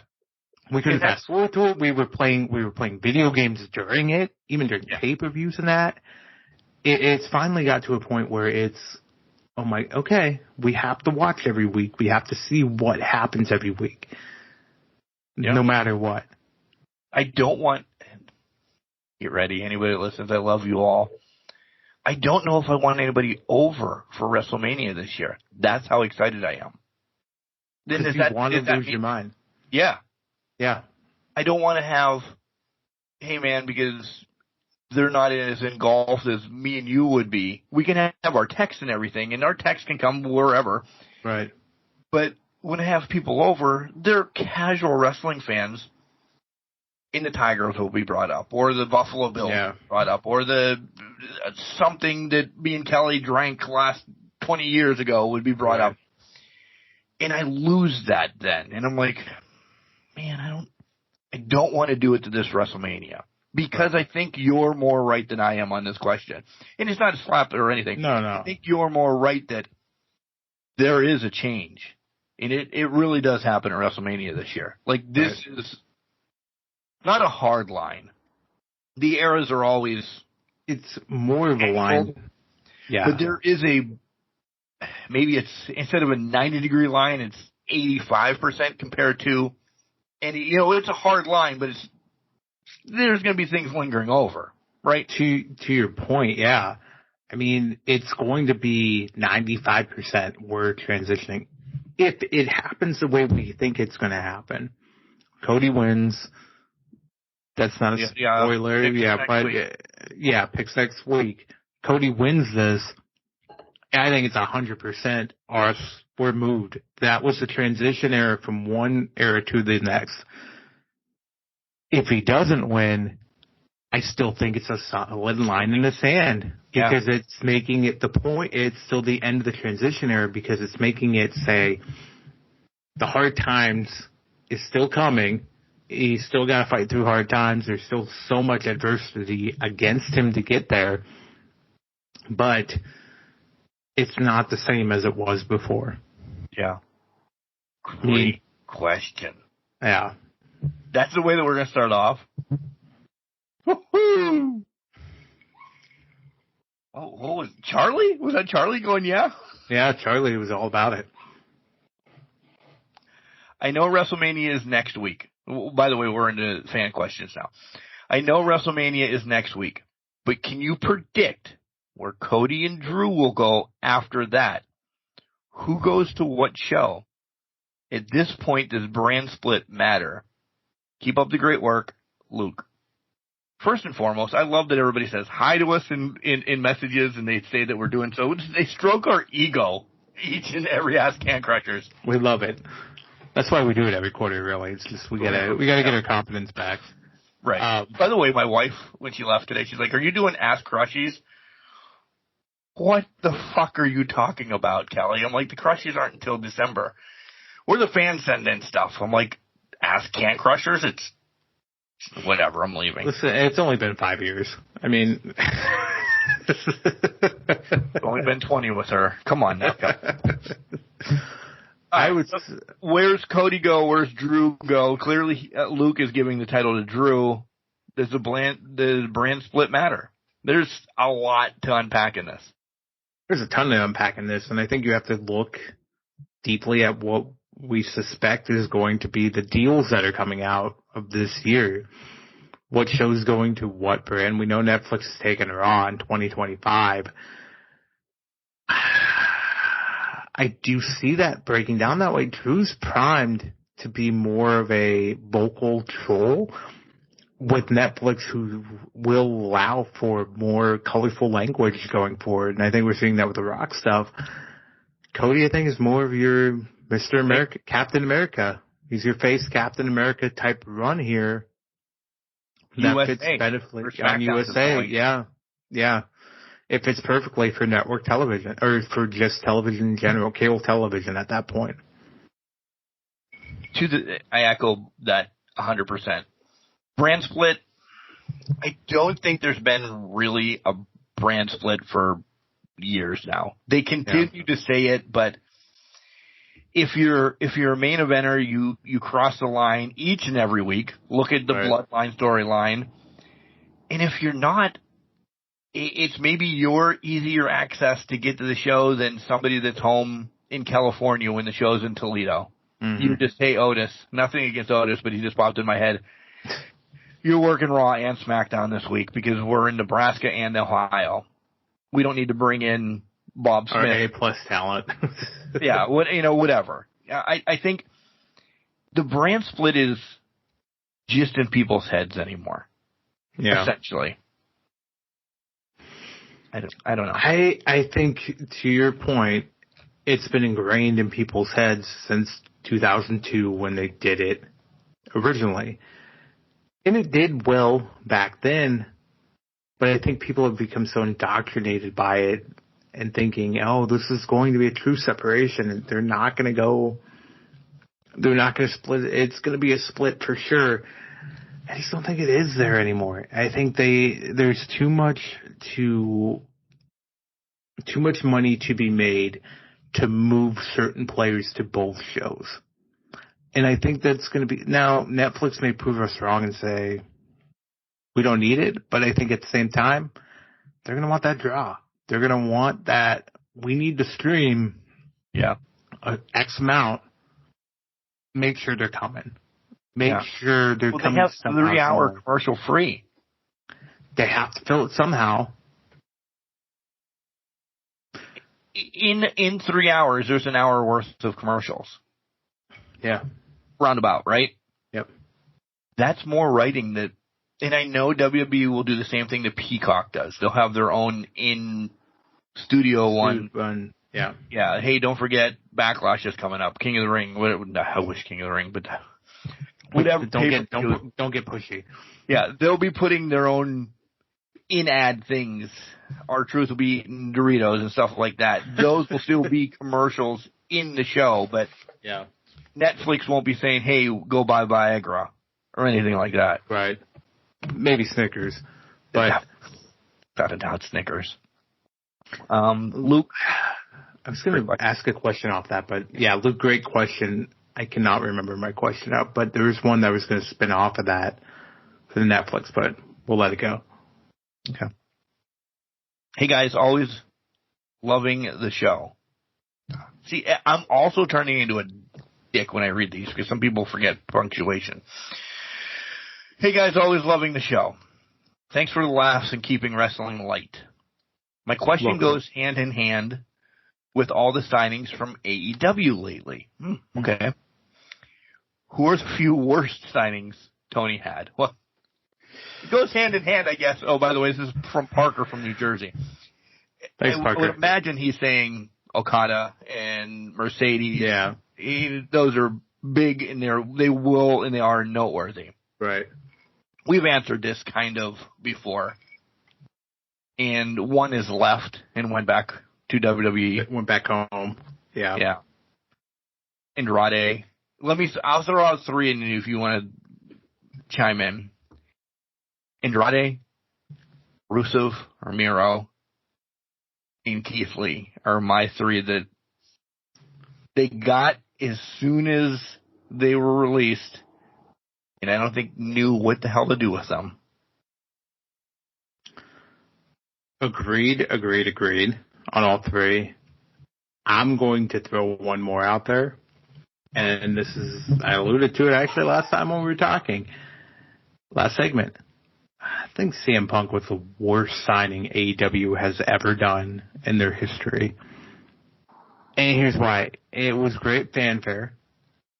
And he had... Came back to wrestling after 7 years. Came back to wrestling after 7 years. Had a great rivalry all the way through when he faced MJF at Revolution Dog Collar match. After that point, I think he lost sight... I think everybody lost sight of why he was there. Punk lost sight of he just wanted the love of wrestling back, and it became about him. I think AEW lost sight of what made them special and had to make it about him. Yep. They tried to cater too much to him that it took away from their core product. Because if you think about this, leading up to Punk coming into the company, they were on ahead of steam. They were selling out smaller venues, but they were getting 8,000 to 10,000 probably roughly every single week at a Dynamite, not a Collision, but at Rampage, things of that nature. They were selling out. Punk comes back. They're still selling out. They're still getting there. But the tides turned at some point. And I think it was because a lot of that Punk fan base, people became Punk fans and then turned against the product that was being put out because of the rumors that were coming out. Right. And at that point, that's when things started spiraling a bit. And after All In this past year, this is where you see everybody turning their back on AEW, and we're seeing half-empty shows, half-empty arenas. People are making fun of them. People are taking it sides at them. This year for them is a rebirth of who they were and who they are. They're getting back to the rankings. They're getting back to the things of that nature. They're getting back to win-loss records. All things that went away when Phil came to town. They're getting back to what made them special and unique. It's now bringing creative back into it. The stories since he's left are better again. They're way better again. They have the opportunity to flap their wings, let the guys talk, not worry about overshadowing X and Y and Z or CM in that matter. So for me, that was one of their worst. To your point before about about Andrade Miro and Keith Lee, you're absolutely correct. They just didn't know how to use them. If they knew how to use them, we wouldn't be having this conversation. Yeah, and two are still in the grinder, just spinning. One, I think, is spinning because I don't know what's going on with his wife and him, let alone the storyline that they're trying to perpetuate. With that, there's injuries, claims, and all that stuff. But it's in the spinner. The other one, I don't know if he's still injured or if he's just not being used at this point. He bounces from Silver Fox Keith Lee to the Keith Lee that we knew from NXT, him and Adam Cole ripping shit apart. He was hot. Yeah. NXT, he was hot. He did a little bit on the main roster, and he's like, he was just a casualty. And I hate to say it that way. He was a casualty of WWE because the roster is still stacked. With or without him, they're stacked. You have to cut weight at some point. Everybody does. He was a weight that needed cut because they didn't have plans for him. Well, Tony saw him and said, holy shit, fans go nuts for him. Let's get him. Wait, I don't know who he is. Essentially. I don't understand what he brings to the table. Right. And that's sad because I think Keith Lee. Right, we're not knocking Keith Lee. We're not, because he's one of the most unique athletes that there has ever been. Right. He's in Vader, Kamala, big man. He's in that agility, moving big men that can do anything under the sun. He's in that realm. He's that much of a specimen, that much of a monster specimen for you. NXT has been the only mainstream wrestling that's not independent that has gotten it right with him. He was so low there. Yeah. He's always been with somebody in AEW. Yeah. He's been with a hell of a worker in AEW at some capacity. And that, folks, ladies and gentlemen, yes, we're including Dijak in that because Dijak can fucking wrestle. T-bar, whatever you want to call him. They just booked him into a corner with the T-bar gimmick. You're seeing it now in NXT. Dijak can fucking cook. Yeah. That's why 2020 Portland is so amazing and is remembered fondly because it was those two fucking cooking an absolute banger of a match. Yeah. Parker, there's a list more that we could go down. But we have... I love it, Parker. Great question. We have more. All right. Hi, Ask Can Crushers. I am rather new to your podcast. Found it on YouTube. Oh, wow, he's really new. Nice. Have now transferred over to my favorite iHeartRadio. All right, cool. We love iHeartRadio as well. We heard it. I have listened to a few of your spotlights, in brackets, he says, love them, in a couple of your weekly shows now. Okay, cool. Good. My question to you is, how much do you pay attention to the viewer numbers and what is going on with them? AEW, WWE, TNA are all different products like Snickers, Kit Kat, Jesus, and Three Musketeers. This guy definitely love that. He listens to the show. I love it. Yes, they are all wrestling, but they all focus on different audiences, just like the candy bars. Read this after you answer. Oh, okay. So how much do we pay attention to the numbers and yada, yada, yada, because they're all different? Clarifying. He has something else for me to read, but he made sure he bolded it and said, read this afterwards. That's fine. I just want to clarify this point. We're talking their viewers' numbers, not our numbers, right? No, our candy bars we're talking about. We're talking about candy bars. Okay. No, I think the viewer numbers of AEW. Yeah. We don't like candy corn. No. AEW, WWE. Pumpkins are better. I think essentially he means this has gone off fucking track real quick. This is why, again, we love Can Crushers. Why we don't drink. Anyways. He essentially means numbers in general. That's fair. What do we... This is rather easy. I got to give the guy, his name is Lorenzo. He says, thanks, Lorenzo. Love it, Lorenzo. We don't. To be blunt and to give you an easy answer, we don't. Because we enjoy wrestling from the 1950s until 2077 when I die or whatever. Yeah. If wrestling's on, we're watching it. 100%. Lorenzo, think of it this way. From my perspective, and I think from Mark's perspective, numbers are just numbers. If I'm engulfed in the product and I want to know what happens the next week, I'm paying attention to that product. And I think that's for a lot of wrestling fans. I could give two shits what star rating Meltzer gives a fucking match. I'll bring it up sometimes. I will bring it up sometimes. Normally make fun of it. Normally make fun of it. Normally sometimes, Meltzer gave this one a 4.5, and we're sitting here like, this was fucking 5-star. I don't know what the fuck he was talking about. This is a fucking 6-pack. Take your finger out of your ear, whatever the fuck it is. But to that point, as a wrestling fan, it shouldn't matter on viewer numbers if it's making you feel a certain way, making you feel like, damn, I want to come back to this. That's perfect. That's why I don't put a lot of stock into people posting pictures of AEW's arenas and that. I know it's a dying product, but I also know Tony Khan basically has an unlimited source of money right now. So eventually they can right the ship in that regard. But I don't put stock into it because I enjoy the product, the wrestling product, more than WWE right now. WWE has storylines. AEW has wrestling. Yeah. Echo all of that, 100%.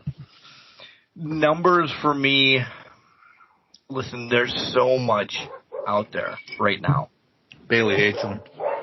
Bailey hates numbers. Charlie is going to chime. My two have officially passed out again, so I'm all right with that. Numbers for me, in general, don't do diddly squat because I really don't know. My numbers never involved into this. And I'm not saying my vote doesn't matter. I'm not getting political or all anything like this. They do numbers from when you watch it, essentially, I think, and then maybe the next day if you watch it on DVR or something, they can grab it. If you listen to Can Crushers, Lorenzo, and you have, clearly, you know two of the biggest fans right here of professional wrestling. There's times I don't watch Raw until Friday. How many other people dedicate, we're not watching 3 hours live. We're going to fast forward through this. We're going to fast forward through that. In that WCW versus WWE era, when there wasn't TiVo or DVR or people weren't VCRing it or anything like that, yes, those numbers probably mattered not to anybody like me or you or a wrestling fan. Advertisers. Mm-hmm. That's the only place these numbers really matter. If you're listening to this show, if you have that much money and you want to become an advertiser on it and you want to deep dive into those numbers, cool, do it. Do it. But as pure wrestling fans of the viewership, if you love the Bloodline storyline, you are watching everything WWE throws out there. Yeah. If you love the MJF stuff that was out earlier this year and the last year, you lived and breathed AEW. I don't think numbers matter or should matter to a true wrestling fan. Mm-hmm. I agree. I think they are only talking points to those that are gang warfare style thought process. I only like WWE. I only like AEW. I only like this product, not that product. That product just sucks. I've never watched it before, but it sucks ass. And I want nothing to do with it. I think that's when it matters because it becomes a talking point to further solidify their point of that show just sucks. Yeah. Read after you answer. Big bold. My goal to this question is to jump on board to just enjoy products because as fans, we don't have the true money investors do. 100%. So he was on board with us. Yeah. He was just goading it. Can I tell you how much I love Lorenzo that he brought candy bars into this though too? I know, right? Snickers, Kit Kat, or Three Musketeers? Which one are you picking? Kit Kat, Three Musketeers, Snickers. Here's why. Kit Kat, you dunk that in a hot cup of coffee. The best combination you've ever had in your life. Musketeers, I like the fluffy inside, the nougat, the nice, like that. Snickers, they're really good. They just don't beat those other two. That's a piss poor number 3 reasoning. Let me tell you. You can hate it all you want, but Snickers, we do share one together. One, but it's number 2. Snickers for me is, I'm not really a candy bar guy. I like candy, the sugary candy. Yeah. But, all right. So it goes Snickers for me because it really does do more. Like if I want a sandwich and a Snicker does fill me up more because there's the nuts, there's granola, not granola, nougat in there. Yeah. It's a whole candy bar. Right. You know what I mean? Yeah. For the reasonings you gave Kit Kat, I give the Three Musketeers because you can dunk that into a nice cup of coffee or a nice cup of cocoa or something like that. And I love the fluffiness. That fluffiness is underrated. It really, it almost became number 1 for me, but I'm a big peanut fan. That's fair. I am. Yeah. Throw peanuts in shit, I'll eat it. You like your nuts. I get it. But right.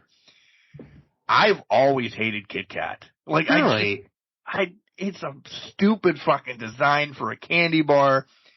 I get to hate when I just bite into it like a ogre. I don't snap the pieces off individually. It's stupid. I don't. I get it. I 100% get it. But to me, breaking it off, dunking it, knowing I'm eating just Kit Kat, like the ingredients for Kit Kat are Kit Kat because it just takes old Kit Kats, mashes them up into a thing, and then it's a Kit Kat again. That's legitimately how simple a Kit Kat is. It's so simpleton that it's beautifully the best candy bar. The best candy bar of the 3. Because if we're expanding it past these 3, we're bringing in Reese's peanut butter cups, and there's a whole. And then you gotta go Sub-John, Reese's, and it goes downhill from there. Hi guys, love the podcast.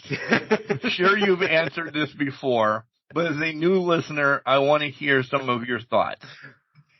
If you could book a few iconic factions with today's wrestlers, who would be in them? Thanks, Joshua.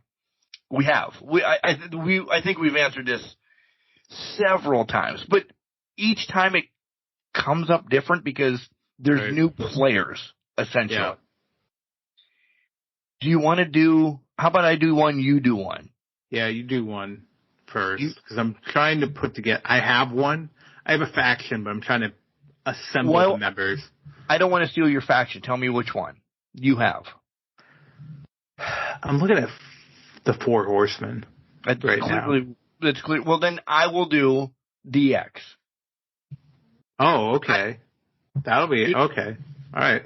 And you can steal some of mine, but I'm just saying. This way we give them 2 options. Yeah. If you're going to take the 4 Horsemen, I'll go DX.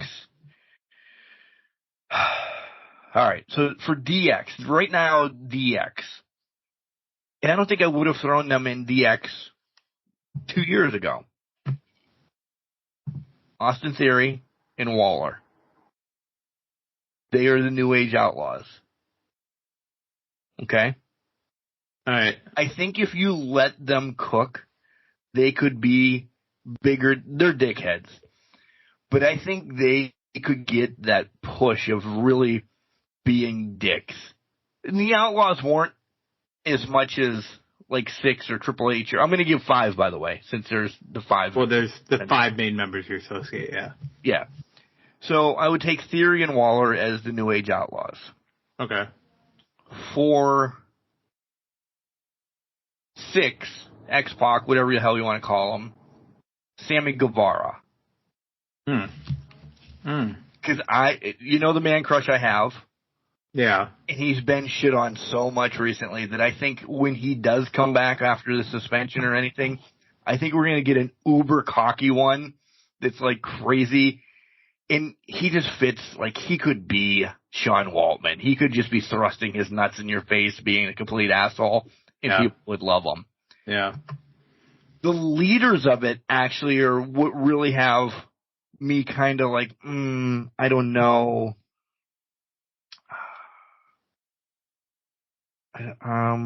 Who would be Trips? Who would be Sean? So I need somebody big to kind of be Trips because I don't have any big men in it yet. And Trips would have to be that guy. But also a good talker. Because Braun Breaker just came in my mind, but he really isn't a good... I'm doing this on the spot, by the way. I have no fucking clue where I'm going. You throw Adam Cole in as Sean, because I compare them to each other anyway. Mm-hmm. And then, I don't know. Am I leading you any way that can help me out? I need a Triple H, essentially. Who's your Sean again? Adam Cole.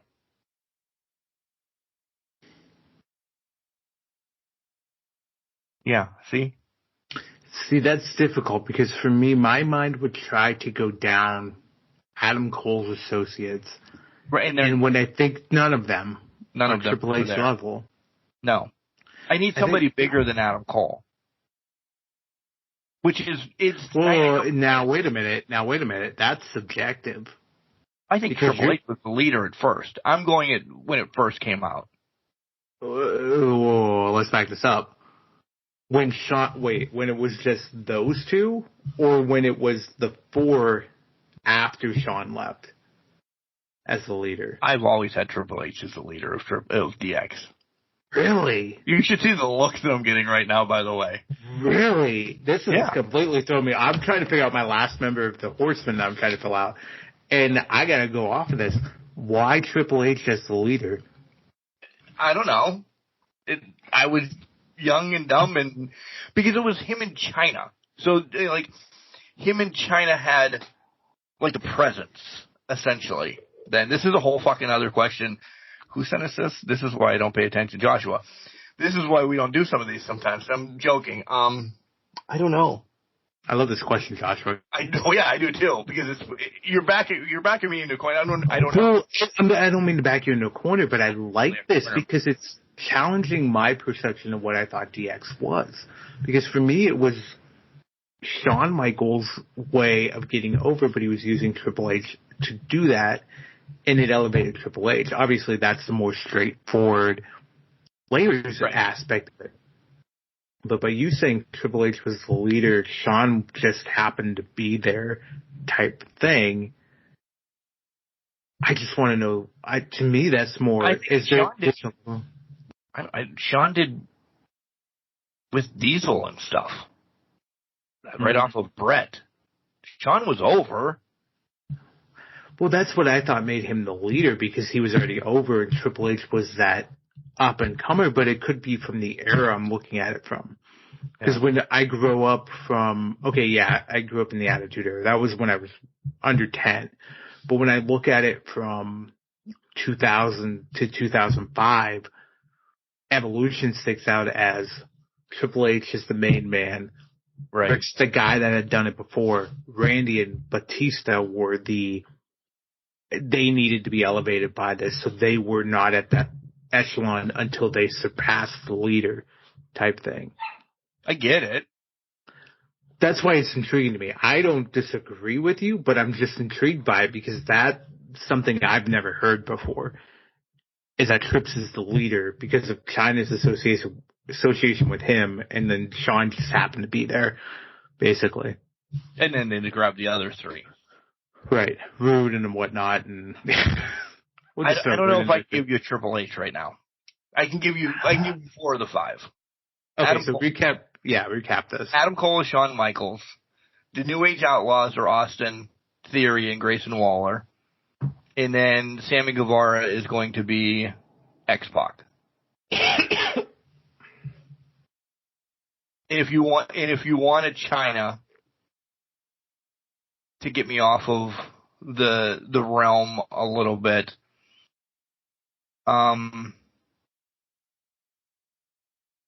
somebody that probably needs a group to get her back in the mix of things, maybe a la Injury and being Two-Face, Raquel Rodriguez.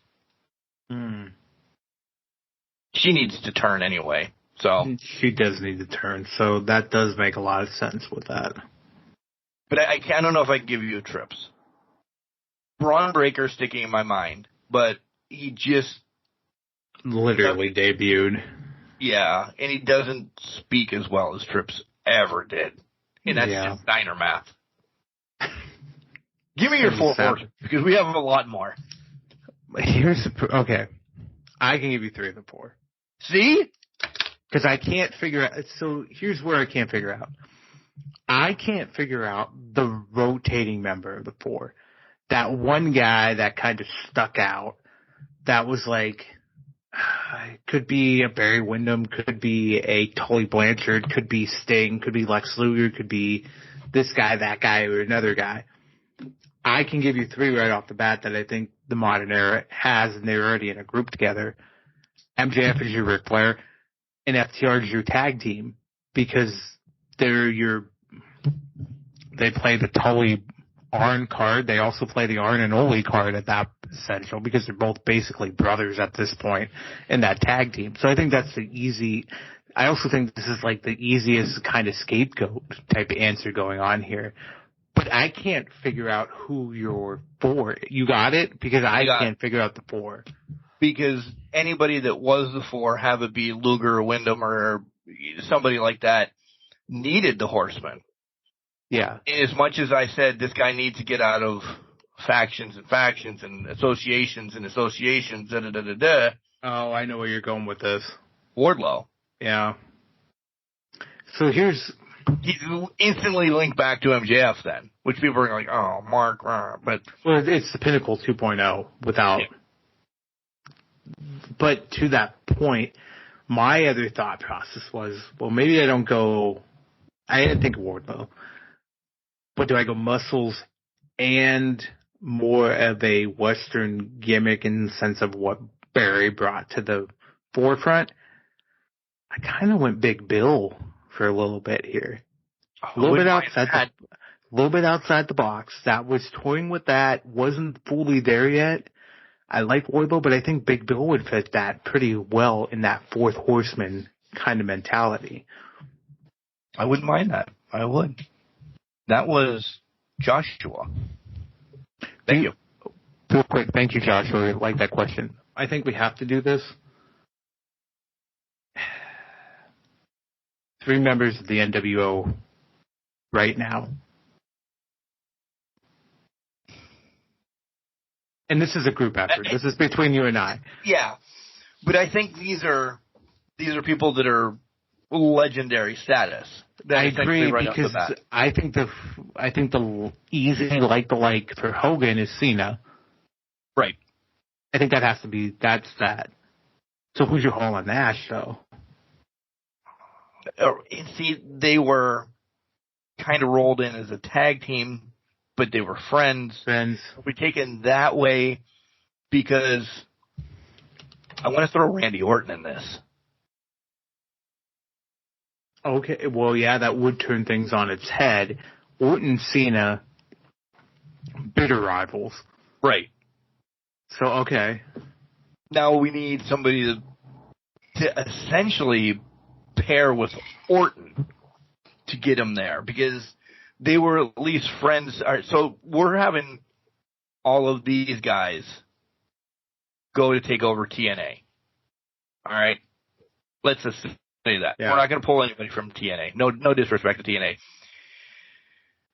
It's Orton and who, and then Cena makes the turn save, or save turn, however you want to say it, right?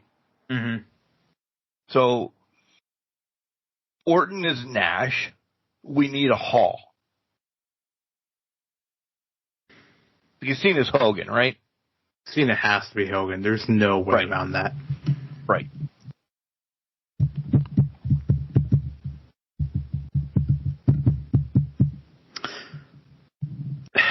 No. The only one that sticks in my head I don't like. Who'd you say it? Edge. I'd be all right with that, though. I will.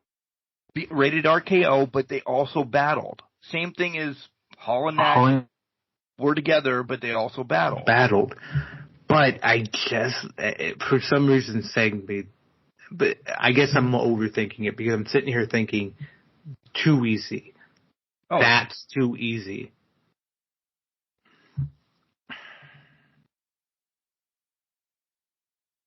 But there's nobody else. I mean, I don't think there's anybody doesn't fit that role. No. And people are going to be, why aren't you mentioning like Seth or somebody like that? I don't think they're not. But Seth crossed my mind, but I think because Seth, Roman, and Mox were all in the Shield, that's its own entity that cannot be touched. Exactly. Cena, I would think I'll go Edge. I'm not gonna like it, but I'm gonna stick with Edge. I just feel like maybe there's one that I'm not thinking of that could be a better fit, but Edge is the guy for me right now. We can put a pin in this. Yeah. Oh, you're putting a pin in something. Joshua, I was having water this glass. Oh, Joshua, great question. What's up, gentlemen? Love the show. Keep rocking and rolling. All right. Okay. My question dives into the future of both of you personally.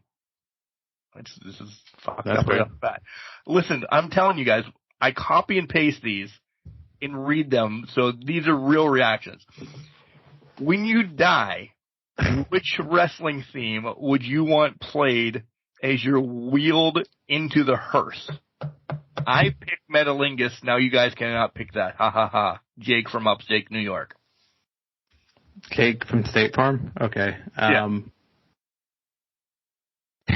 Sad about this is like kind of thought about this a couple weeks ago, but now I don't know what I said.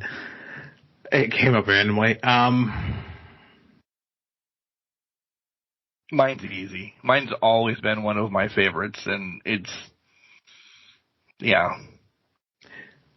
I want to go. I want you to go first, so This is good. We're not even in the same stratosphere. Close. Probably with sure ours. Off the top of my head, I want to go Undertaker, but I want to go Undertaker Dead Man Walking. 2003, you're going to pay, What do you got? Pomp and Circumstances by Macho Man. I mean, that's a good one. The Undertaker one, I know that was not what it was. And the Undertaker one, I know that's not what I thought 3 weeks ago, but I cannot think of it for the life of me. But that one popped into my head, and I'm like, I'm good with that. You can probably make this happen. Like, you can put it in your will. I mean, it would be, you know what? FTR's theme's pretty damn good now that I think about it, too. It is. It's a slap on the Midnight Express, which I've thought about that too. Metalingus is probably really fucking good, though. I love Metalingus. That's a good one. Yeah. You're dead, and on this day you see clearly. Clearly. It's listen, I'm not getting all religious and everything around Easter time on a wrestling podcast, but it fucking fits, doesn't it? On this day, 100%. clearly, Lately. you're either whatever you believe in life afterwards and everything. Boom. Who's this from again? Jake from State Farm, from upstate New York. Jake from upstate New York, State Farm. Love the question. Also, are you recording before that? You think you know me? Right? If you don't record, you have to do that. Or it's got to be in your voice. Or if you have a significant other, they just come up and go, you think you know him. Like Beth did for... There better be pyro. There better be everything under the sun. Now, God, I'm going to go down the wrong path with this. As Catholic, I know it would be, you would have to do this at the cemetery because they don't do a lot of stuff like this in the whole Catholic. Like, I had to tell Kelly, there's no way that we can, like, the whole office when we were getting married, she wanted to do that down the aisle. I'm like, that ain't going to happen in the Catholic. And she knew this. She's like, do you think they would bend? They're not going to bend the rules for anything. No. And thank God some of Mom's, when, I'm not saying thank God Mom passed, but when Mom passed, some of her favorite songs were church songs. So I did get those in, you know, Here I Am, Lord, yada, yada, yada. Clearly when I go, I want, like, Take Me Out to the Ball Game. I want Metalingus. I want I'm Better Than You. At some point, I think at the funeral home it has to play. It's a new day. Yes, it is. That would be fantastic. I would go more traditional music route but I would play the entire Black Parade album from My Chemical Romance because I think that would be a perfect just fucking cap on thing. New Day, the Power of Positivity, only if I can get the Big E snippet beforehand. Jake, don't you dare be sour. That fits too. Oh my God, I never thought about having a wrestling theme as I'm dead. Well, you know what? Now we're down this path. Maybe Pomp and Circumstances isn't. I've always loved that one. I love that. And it's classic to leave. It's almost like the bugle is, and you're in the military. So I was being nice, but I might want I'm Better Than You, and you know it. See, I mean, that's a great one. That's a good. See, mine went even more darker. I'm like, you know what? I want 3 of my closest friends, so you're included with this, to sit there with a lantern and just go, we're here. And then just have the original Bray Wyatt. Fucking chill. Yeah, I'll just play the original Bray Wyatt theme coming out. I'm the boogeyman. Then I'm coming to get you. Jake, you made our night. Unbelievable. These are some great questions to kick off. Ask Can Crushers. I'm crying over here. I hope Ethan knows how to make drinks because I'm going to need another one by the end. All right, next question. I hope you guys take this question seriously. And give it some time to think about. Well, you probably should have sent it in not on Ask Can Crushers in a regular show, but what wrestling conspiracy theories do you feel have the most truth behind them? William from Bedford, Virginia. First and foremost, where the hell is Bedford, Virginia? We're going to find out right now. You give us a name of your town, we have to find out where you're at. What's your guess on where it's at as I pull this up? Close to Richmond. I don't know much about Virginia. Close to Richmond. I need him to confirm there's only 6,700 people in the town of Bedford, Virginia. Oh, so it's only a little bit bigger than Ridgeway. It's not that big. Oh, I've completely lost it. There we go. So this is why Ask Can Crushers is always 3 hours long, by the way. We're an hour we're researching. Okay, so it's halfway between Roanoke, Virginia, so Tony Atlas shout out, and Hangman. Or Liberty University, which is near Lynchburg.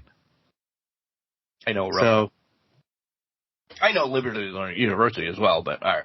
Yeah, so about mid-state kind of thing, I guess, maybe. But But what I'd wrestling count. conspiracy theory do we think has the most truth behind it?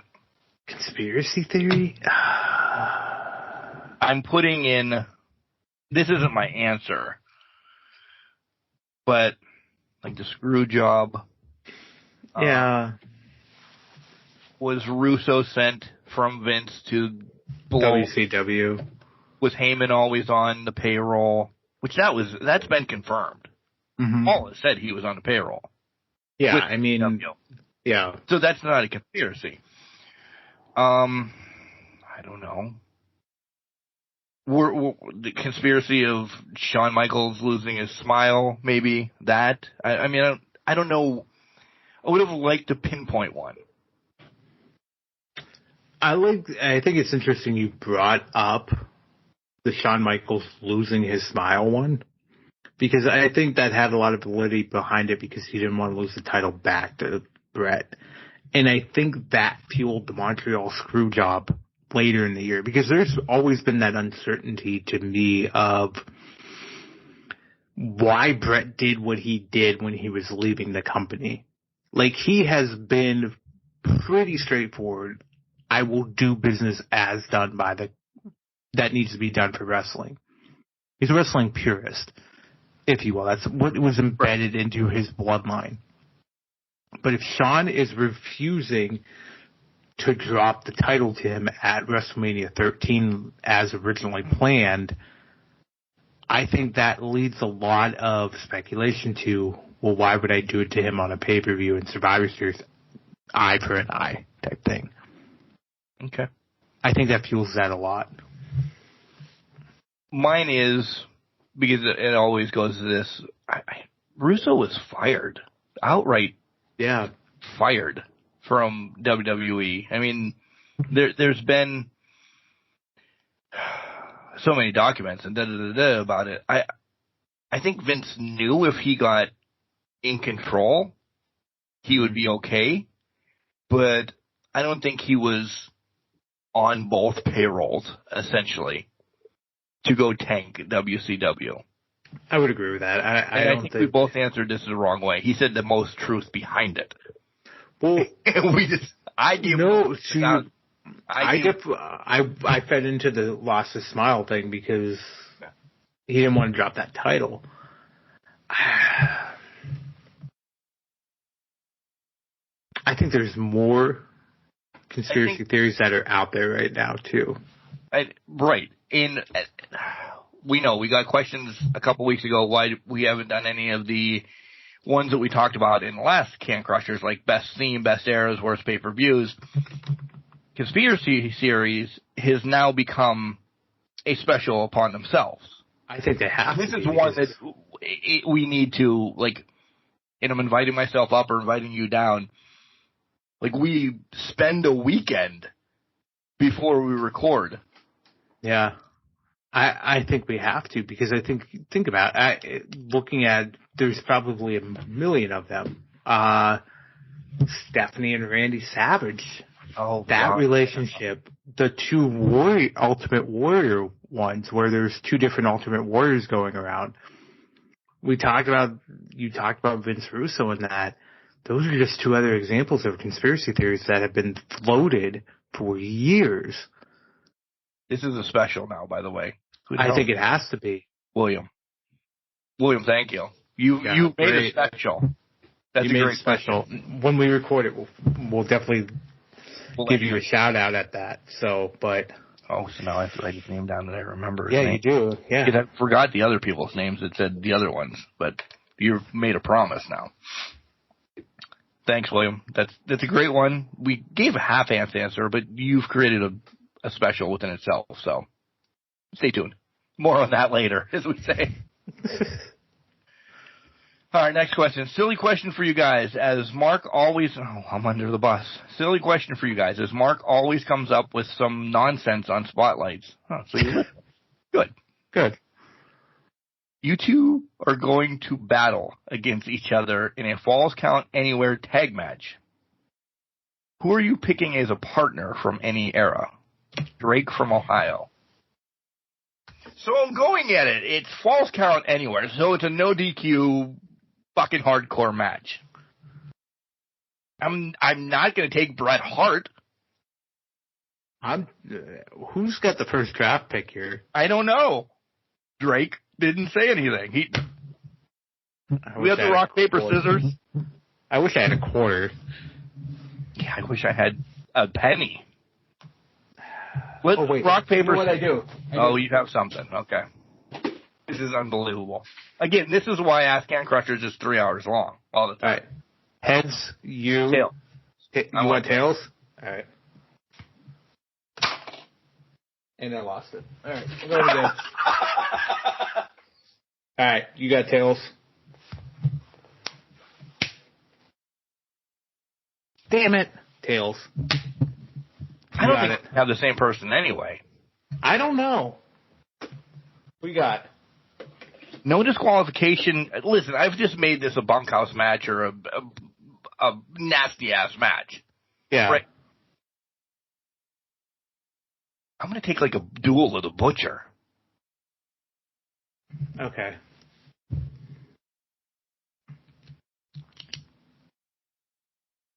I'm taking Austin.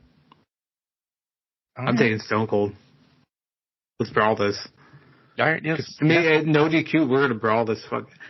The other one was Mick Foley, and I just can't trust him not to kill himself. So I got to go Austin on this. Again, once I saw Falls Count Anywhere, and we've just spun it into our own thing now. Yeah, I'm taking Abdullah. Fucking crazy ass guy. I think Austin's a safe answer. He's just going to brawl you. He'll throw a chair. He'll throw what he needs to do, but he's going to keep himself alive for the majority of it. I hear you, Abdullah. He's just going to bleed buckets everywhere. He is. If anything, I'm selling the match for you guys. Yeah, you are selling the match. Yeah. We're not making this a Chamber of Horrors match. That's what we're not making. Why can't we? We got to flip the switch 3 times before it actually works. If it's a technical match, I would take Brett, or I would have taken Owen, or I would have taken Danielson, or somebody with a technician. But if you're talking no DQ in that, there's so many. Stone Cold's a great one. Abdul is good. Good. I was thinking Stan Hansen because he's a fucking Bruiser Brody. To that point, I'd take Vader to throw bombs, just obliterate people. I mean, Taker, give me Biker or Taker to throw fucking ham bones or whatever soup bones. And that one, I couldn't think of what I always screw it up. You're getting ready for Easter, ham. Yeah, I'm getting ready, yeah. Throwing soup bones and that, but let's take a step back. We're thinking our generations. What about current rosters? Who are you taking in current times? I got to think about it too, but who would we take in current times? Are we just making it, if we're making it current, are we going to make it just a Falls Count Anywhere AEW style match, which is an all-out brawl, or is it a WWE style? That's a great question. Because there's 2 different current styles of this match. Because if we're going to AEW, I think we'll have one of 2 of the same people. Me and you. Yeah. If we're going WWE, that's where the pondering begins. I'll give you the AEW ones. We're taking either Mox or Kingston. Yeah, 100%. Yeah, because Mox was the only one I think of. Kingston will come out and set you on fire if he has a chance. Right. So, yeah. If we're talking WWE, Kevin Owens. KO, I'd take Orton. That's it. Yeah, I wouldn't go to war with anybody else on that roster. Mm-mm. KO and Orton, I think, would be the best 2 on that one. Of current. Yeah. Drake, that was fun. Love it, thanks. Next one. All right. Hi, guys. Keep crushing it. I love how everybody does the pun. That's cool. Love it. My question is completely stolen from social media in the last few weeks, so don't hate me. All right, I'm all right with this. When Tony Khan decides to start a Hall of Fame, who's the first class? Jill from Ohio. Jill, where are you in Ohio? Yeah, Jill. We should himself. Well, I want to establish how big is the size of this class. Oh, let's say 3. Yeah, I mean for time circumstances, let's get 3. As much as we're shitting on him right now, it's got to be Jericho, I think. Yeah, I think 2's Sting. Yeah. So who's the 3rd? Keith Lee? No, I'm just kidding. How long are we saying? Are we saying like 5 years before this is happening? It's too soon for a Hall of Fame right now. If Tony ever thinks in the next at least 10. Years, yeah. I would have to go Omega then.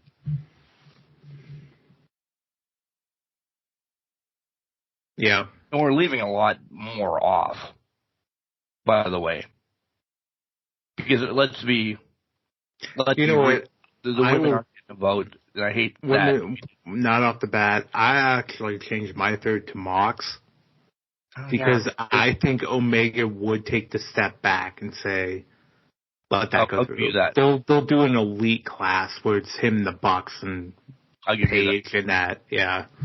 I'll give you that. But we both agree that it's got to be Sting and Jericho. Sting and Jericho are going to be 1-2. Right. Without a doubt. Yeah. And then I like Mox as a solid. And then Tony Khan would be the number 4 for best. He's putting himself in right off the bat.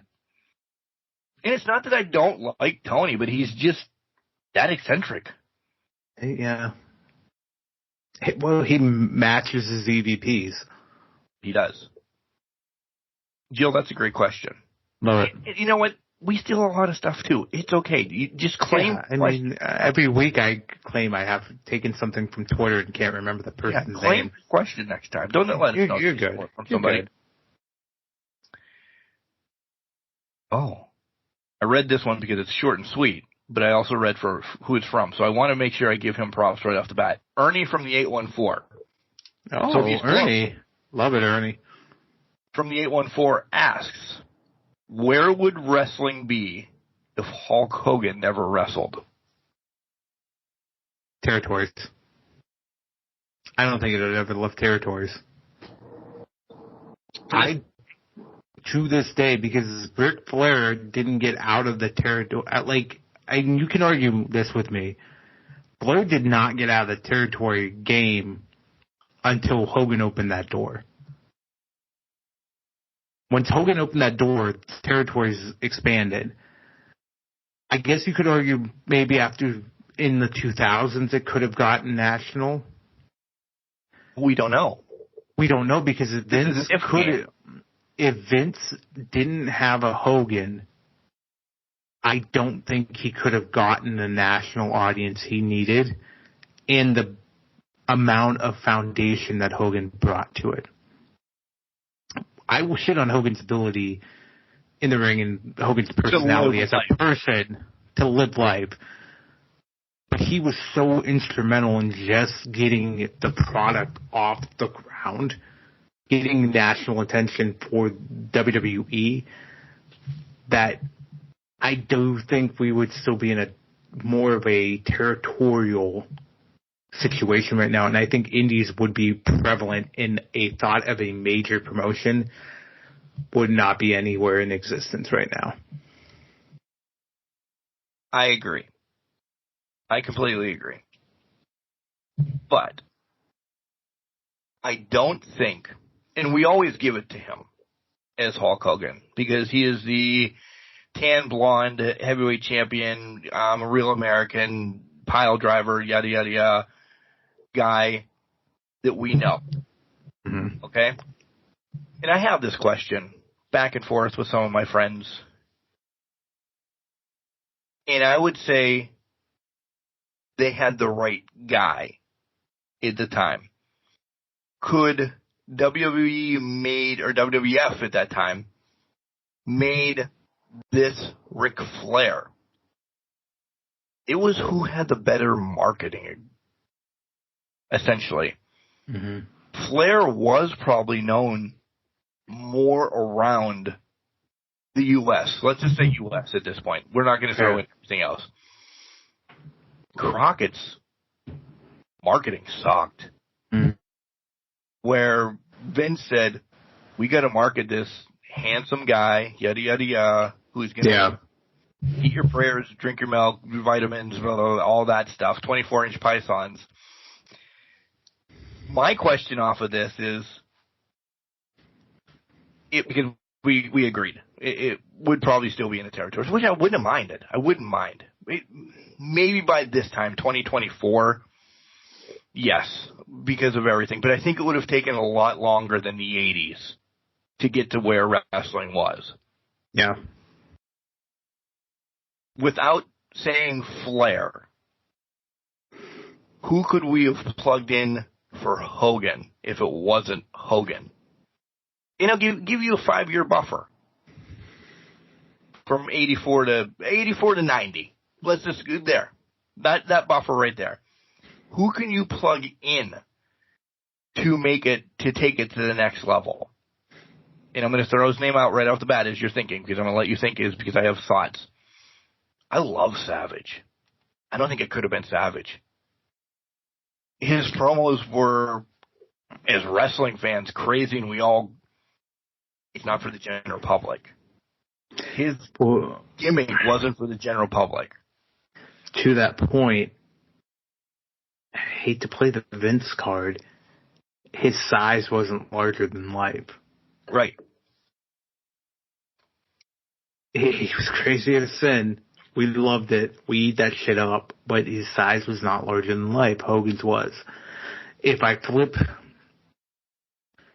Hogan was the ideal package, because if I think about, you gave me the 5-year window, that would introduce Sting. Sting didn't talk as much at that point. Sting wasn't the talker at that point. He had the physique for it, but wasn't the talker. Warrior, crazy. It would take Savage, move him up to 100. Had the size, but he was just gone. That's not your guy. You don't have marketability around those people, and really anything. The only other guy that could have been larger than life, that could have been marketed without even having a voice per se, or a great talking voice, was because Andre was a fucking spectacle when he walked into an arena. But that's short term. That is short term, because by 87, he was very limited in what he could do. Early 80s, Andre, throwing drop kicks, flying over ropes, hitting impromptu pedigree-looking maneuvers. 87 Andre could barely stand, could barely maneuver around the ring. He was very limited in what he could do. My one that came in, which was a huge opponent of Andre, but didn't speak. Clean him up a little bit, Big John Studd. But Maybe. He had to have Bobby for a reason. Yeah. And that's the other flip side. That's what made the managers relevant in the 80s, is because those guys could be physical specimens, but they could not talk the talk. They could walk the walk, but they couldn't talk the talk. Without Hulk Hogan, there's no WrestleMania 40. I was just put that out there. 100%, because there's no WrestleMania 1. Right. And all of the other, he's whatever. Throw, in the last couple of weeks on Spotlights, we've brought up Benoit, we've brought up, who did we just bring up recently as well? People that we shouldn't be bringing up. Yeah. We've had a special on Hogan. We're talking in-ring here. There's no where we are in wrestling without him. I will die on that flag, grave, whatever, with that. As much as we love the Bretts, the Danielsons, the Alto Piper, and the Pipers of the world, technician wrestling can only get you so far. Piper could talk, But again, he wasn't. He was just a fighter. He was a fighter. He was running his back. He understood the technician piece of wrestling, but he was a fighter. Hogan was your superhero in that regard. That's what made Cena relevant 20 years later. Yeah. And The Rock. And then Rock Cold. And then MJF. Into Roman. Yeah. That's from Ernie from the 814. I want to know where in the listen, we're close, Ernie. So where's the 814? We're Northern 814. Where you at? 814. Yeah. This is a long one. From Kate from Peoria. Okay. You guys have my interest peaked. Well, good. That's what we do here. I hope so, yeah. Over the last few months, you both have hinted that Rollins and Lynch may leave the WWE after contracts are up. What makes you really think that? Becky's book is coming out. Well, it's out. Yep. And she's giving tickets away to events all over to meet her. In WrestleMania next year, where they'll meet her. Rollins is coming off the best year of his career. I would love to know what really makes them happy, and why do you think they're going to leave the WWE? Can they really walk away from what they have? Kate from Peoria. I sent you a fucking video link earlier. Yeah, I'm just going to back the video. Watch the video with Ariel. I'm not even going to try to pronounce his last name. You can find it with Becky and him. Becky is trying hard to kind of say, I might stick around. I'm still under contract. She's not saying she's sticking around. From my perspective, it's always been about, with wrestlers, you always want to know, can I do that? There's only certain people that are like, this is easy. This is what I'm doing. I'm stuck. Roman's one of those guys. It's nothing against Roman. He just knows WWE is his game. He's going to stay there. That's lineage is there. I hate to say it that way. The lineage, you're exactly right. The bloodline is there. The bloodline is in WWE. He's going to stay there. For Seth, he started in the Indies. He rolled into WWE. ROH, I think? Yeah, with ROH. Rolled into WWE. His friend Claudio is kind of in AEW now. His other brother from the Shield is in AEW right now. He's had Twitter feuds with Ospreay. I think they both want to see how we wrestle in this match. Yeah, let's have a pissing match. Let's burn this down, for the pun. With Becky, I think Becky understands where her bread was buttered with WWE, but I think it's Seth's mindset getting in her. Wouldn't you like to see what it's like to face a Britt, a Tony Unrestricted, a Jamie Hayter, face Mercedes Unrestricted from that contract? I think it's just the sweet. Go to Japan and cook with them. I think it's just the sweet taste of what could be, and they're up there in their late 30s. Why not taste it? They will always be welcomed back to WWE. Why not take the step? 3 years. 2 to 3 years. Tony Khan's going to pay him out the ass. Yeah. Later dates. You could start not that you can't start a family in the WWE, so don't throw hate at me. Yeah. But the child's now growing up. You can have another one and still be doing things yada, yada, yada. Yep. Why not? Mm-hmm. I think this is both of us, I believe. I'll speak for Jenks here for a second, and he can correct me if I'm wrong. This is more Seth saying, let's try this in our heads. And Becky's like, well, I want the same workload as you, essentially. Yeah. They're both months away. And they are both 2 of the 5. I'm just rounding. 2 of the 5 greatest right now in the WWE. Yeah. If they're that great in the WWE, it shouldn't have gotten 2 months away. Right? it should have been signed, sealed, delivered early last year. Yeah. Let's extend you 3 years. Let's get you extended. I think it's sitting in their heads where they're like, Becky especially, I've done everything I could in this company. She even went down to NXT last year and faced some of the women down there. Yeah, and elevated them.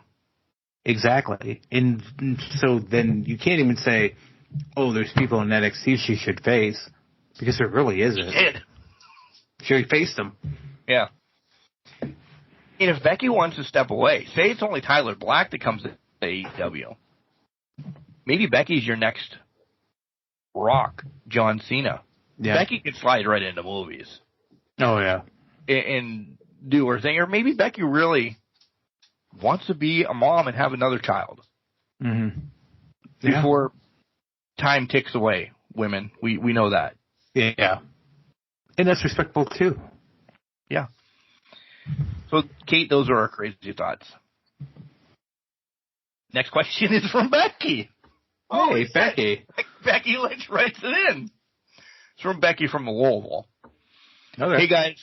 Thanks for doing an Ask Can Crushers prior to Mania. I love these episodes. Good, because we do, too. Yep. Oh, you alluded to this. Does it feel like this WrestleMania is Cody versus Rock and Seth and Roman are just there? Yeah. Certainly, yeah. There you go. There's your answer. I mean, think about this. It's been the focal point of Rock versus Cody, and maybe that's just because we did Roman versus Cody last year. Or it's because they're pulling the wool over our eyes with everything that's going on. I guess, Becky, and I hate to say this, that's the answer that you're going to get until next week in our predictions. And I hate to say that, because more to come in the predictions next week. Yeah. I have a lot to say on this. But as marketed, yeah. Once Rock acknowledged Roman as tribal chief, what's Roman said? What's Roman, and this is 3-4 weeks, this is almost a month ago, right? Mm-hmm. What's Roman done? Well, that's Chip, okay. but Roman's using Rock as his mouthpiece and his bodyguard in this regard. Yeah.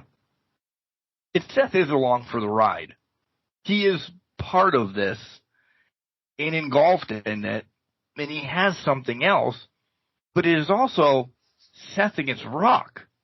Mm-hmm. Because I can take your title away, I can make you fight twice in one night, go fuck yourself.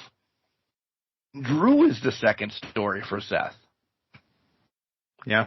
But it's not Seth and Roman whatsoever. Against head-to-head is what I mean. Yeah. They're the tag team partners of Cody and Rock in Mania Night 1's main event. Mm-hmm.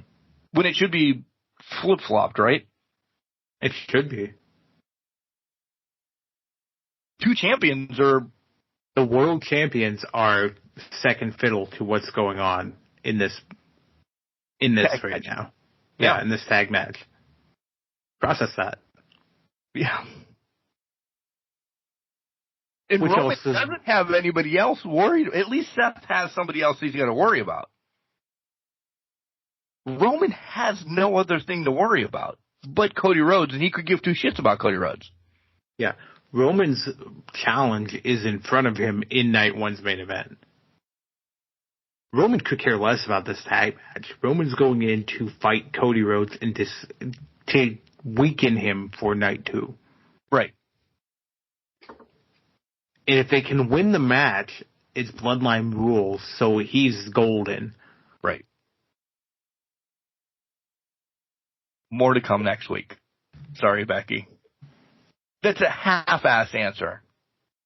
But you get the gist. But it's a good one, yeah. You clearly listen to the show. Oh, so. yeah. Holy fuck, this one's long. Guys, all capital letters, by the way. I'm excited about NCAA football, too.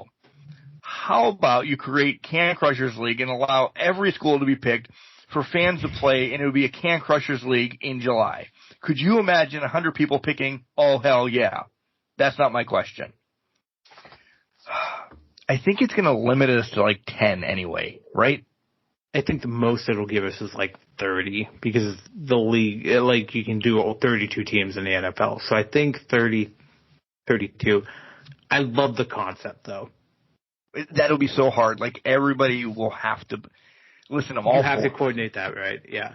Right. One of us are in control of it. Yada yada yada. And if you don't play by said date, you take the loss. Yeah. There's no waiting for you. No. That's sad.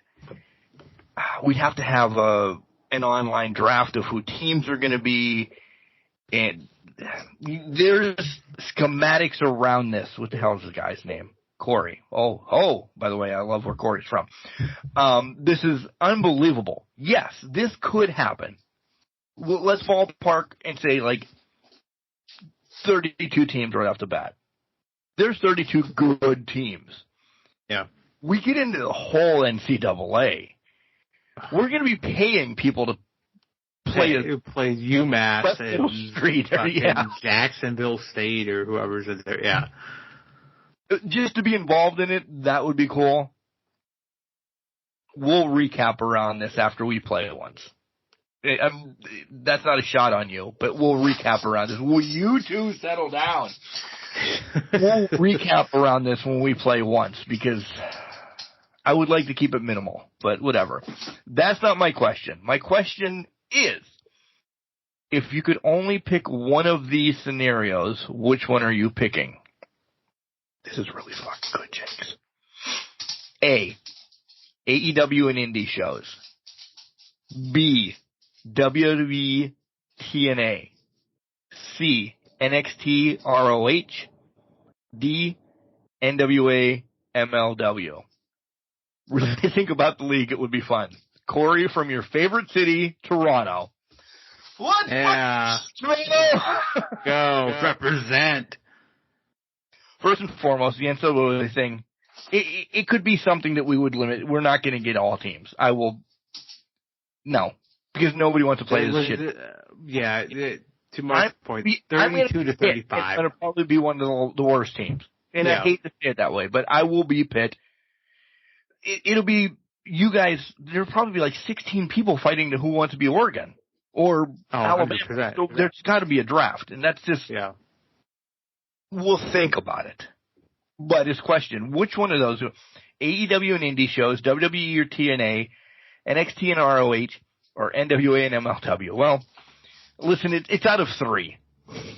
I'm not that NWA MLW one's not cooking for me right now. No. One that spoke to me, NXT ROH, right off the bat. Because are we limiting it? Now, here's a $1 million question. Is this just the active rosters for those two, or what are we limiting this to? Because if I look at ROH right now, Tony Khan can pull anybody from the main roster and puts them in. Hikaru Shida is challenging for the ROH women's title right now. Danielson bounces back and forth. Claudio bounces back and forth. Yeah, and they're on the pay-per-view. Right.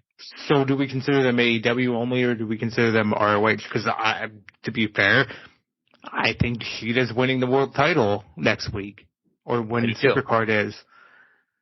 So what do we consider that? The NXT piece is there's a set NXT roster right now, which can cook, and comparing it with some of the ROH talent that they have out there, I'm pretty stoked about that. I think that would be a fantastic. And you have the flux of it's happened, like KO comes down to ROH, does a 3-month little thing, or Charlotte has, Becky has, da-da-da-da-da. You don't get the NXT up to WWE to do full-length things much. Right. So D's thrown out for both of us. And nothing against TNA. They're doing great things. They really are. They are on the upswing. But if you're holding me to WWE and TNA, so I'm down to 2. I'm down to NXT and ROH. or AEW in the Indies? And a lot of people, I'm not going to even say that. AEW in the Indies, though, the Indies is wide open. He didn't just say one indie thing. He said Indies show. Yeah, I would argue, even though I know we're not pulling big names off the Indies, it's still pretty open for the Indies and AEW. Like, that's a normal run a business thing for just getting AEW talent over. Now, if we're calling it even matches, okay, that's more tempting. Right. But to that point, if we're not, it's pretty much what we get on television when they need to enhance some talent. When Wardlow needs to be 20 security guards in one match to get through to the next round. That's what the NXT ROH thing. And to the TNA point, I think WWE partnership would do no good for TNA. Not at all. I think TNA is doing the best it can right now and doing what it can to grow its product on its own organically. I think WWE would come in and say, well, our guys need to win. Yeah. We'll give you one to upset, and it'll probably be Moose over, like, no disrespect, but to, like, Moose over Chad Gable or something like that. Yeah, LA Knight's even getting a title. Yeah. Yep. So we're both going to NXT ROH. I think so, yeah. I think so, too. As much as I agree. AEW's in the Indies is probably my second. Yeah, I would agree with that. It's second, but it's not as tempting as NXT. Close. It's not that close. Yeah. Corey from our favorite city, Toronto. I'm trying to mark this, and it won't let me mark it because I don't want to read the same question because I'm an idiot. All right, next one. Hi, Ask Can Crushers. First time writing to see if my question gets selected. Well, of course it's going to get selected. We don't pick questions. We throw them all in the hat. We answer them all. I do want to say I enjoy the banter of pro wrestling. Well, thank you. That's the gist of the whole show. My question is, who do you feel has lost a career because of an injury? Yes, they may have come back to wrestle, but their path was red hot. Then the injury happened and they never got back because they got lost in the shuffle. I will give you mine right now.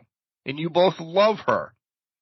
Jamie Hayter will not be where she deserves to be because the influx of stars in AEW. Rachel. That's a great fucking point. That is a great fucking point from Rachel. Mine? I think it's Magnum TA. He had everything going for him until that accident. And he never came back. He never came back, but still, she's left it open. He could have came back. They could have came back or not. He never could have come back from what that was. He was just red hot. I think he would have been one of the top stars. I think we would have been talking to him in the same veins of Flair. Oh, without a doubt. Yeah. Without a doubt. If there was somebody, and shame on us, because that might have been your window, by the way. No, yeah. That would have been, that would have been. That's a valid point. That would have been your window to grab him. And I don't know, shame on us for not thinking of him a couple questions ago. He could have been. I like him a lot better than what Magnum would have been the better one. Yeah. Shit. But I think she's completely right. As much as we love Jamie Hayter. We do, yeah. I do think she's going to struggle to get back to where she was. She was red hot. She had Britt. Her and Britt were on a path to tear down a pay-per-view main event. Mm-hmm. I also will put to that point, the way they made her lose the title and drop the title did more harm than good. Yeah. If they would have just had her drop the title, okay, fine, she got injured. That is what it is. But the fact they made her lose in a 6-minute match was just ridiculous. It was too much. There's so many, like Mustafa Ali, that I think that hindered him. Just rolling through some in AEW. Oh, Anna Jay. No, I think she was possibly going to be the first TBS champion, and then lose it to Jade. But I think her injury hindered her, and I don't see her. She's slowly coming back, but I don't. Do you really see her? Honestly, I don't even think she's slowly coming back at this point. I know. She's there. All right, let's just throw that out there. I don't see her back in that realm where she was. There's a lot. I think Miggy has an ear infection now, by the way, right now. He's just going nuts underneath the table. So I'll have to work on that after the show. I'll throw this out there. I don't know if it'll be the case or not, but Karrion Kross, when he broke his shoulder in that match against Keith Lee, I think it killed any valued momentum for him to move forward. Yeah. I think that just killed his character at that point. We're down to the last one, by the way. I'm scrolling them at the end. Oh, boy. Then we have your second one. Yeah, we have our second one. Hi, Mark and Mike. This guy's serious, and it's a guy. Formal. I noticed you guys don't bring much negativity to pro wrestling. And then he put a question mark. Is that a question? Why not join the culture that shits on everything and be as you did? Grammar. I've noticed you guys don't bring much. I'm sorry, Brett, by the way. Clean it up next time. I noticed you guys don't bring much negativity to pro wrestling. Question mark. Why not join the culture that shits on everything and be discussed worldwide like Cornette and Busted Open? Brett. I get the point of his question. I do. I'm upset that I wish I would have read these. See, there's always one. Because that's not what we do. Brett, be careful what you ask for right there. But to your point, it's not us. We're here. I just want to talk about what we thought was great. We'll shit on things if we need to, but we're more than less, we're just two guys that love professional wrestling. It's not about coming in and shitting on it and getting clickbait and all that stuff. That's never been. No. Can Crushers has never been that way. For the 8 years now. Never been that way. Why? There's no point to it. If we don't like something that's going on, a gimmick or something, we'll be like, why is Archer out there again? Something like that. Let's talk about this, because think about it in terms of gimmicks. And one that pops off the top of my head, the Acclaimed. We both did not like them originally. Then I started slowly coming around. You were not a fan until they had that first match. They damn near won the title. When they damn near won the title, you're like, they should have given them the title at that point. Right. I think the negativity comes from we don't understand. The only time we're negative is we don't understand what's going on. Why are you doing this the way you're doing it, or what this gimmick is? It doesn't do us any good to shit on things just for the sake of shitting on things. I mean, Cornette just makes fun of the Young Bucks because the Young Bucks just breathe air at this point. Tony Khan and Eric Bischoff hate each other because they just look at each other weird. I mean, that doesn't give the right to shit on products, shit on things, and maybe we're not looking at it from a professional wrestler standpoint because we're not professional wrestlers. We're just fans. We are goofy-ass fans that are looking and seeing that mark out of the new video game that comes out for professional wrestling. Or NCAA. And we're just giddy at the possibilities that could come out of this. Everything doesn't have to make complete sense either. And if you're going to go down the storyline mode, there's times that we're like, what the hell happened here? Next week they'll catch up with it. Mm-hmm. Or it'll be dropped. And it's professional wrestling. It will happen. It always happens. Injuries cause different storylines. Yada, yada, yada, yada, yada. I don't care because I'm not a trained professional wrestler or anything like that. If it's way not fluent, we will call it out. But if it's from an arm drag to a drop kick, or something that is really, we're like, the match was a little wonky. When you hear us say wonky, that's normally us poo-pooing on it a little bit. Saying it, yeah. But if it goes from a headlock to the tombstone and then match over, then we'll probably call it out or something like that, saying this had no reason to be on TV. Agreed. I don't give two shits if they're holding the rope or not to make a tag at this point anymore. Wrestling has evolved, and that's something that somebody that you mentioned, and I disregard his name anymore. Yeah. I don't care about those anymore. It has evolved. It's not the golden age of wrestling anymore. As much as Tony tweets, "We are wrestling," we are entertainment, is what it should say. They do wrestle more than WWE, but in a whole, you're entertaining us. Mm-hmm. God, I'm actually mad that this is the last question. No, it's not the last question. You get the last question. Brett, I know what you're saying, though. I do know what he's saying. So I'm not getting on Brett. I love this being the last question from the fans, to be honest, because this is a great putting a button on it moment of why bring the positivity to professional wrestling when it's so trendy to be negative about it, or be negative about the brand. Great spin. To play, that's fine. Or to play the brand split of, or WWE for life, or AEW for life, or this or that. There's no fun in that. Mm-mm. I'd be missing out on a whole different avenue of topics and storylines and things from AEW if I was strictly WWE. I would be very close-minded if I stuck to just AEW and said, well, this is better wrestling product, da-da-da-da-da-da-da.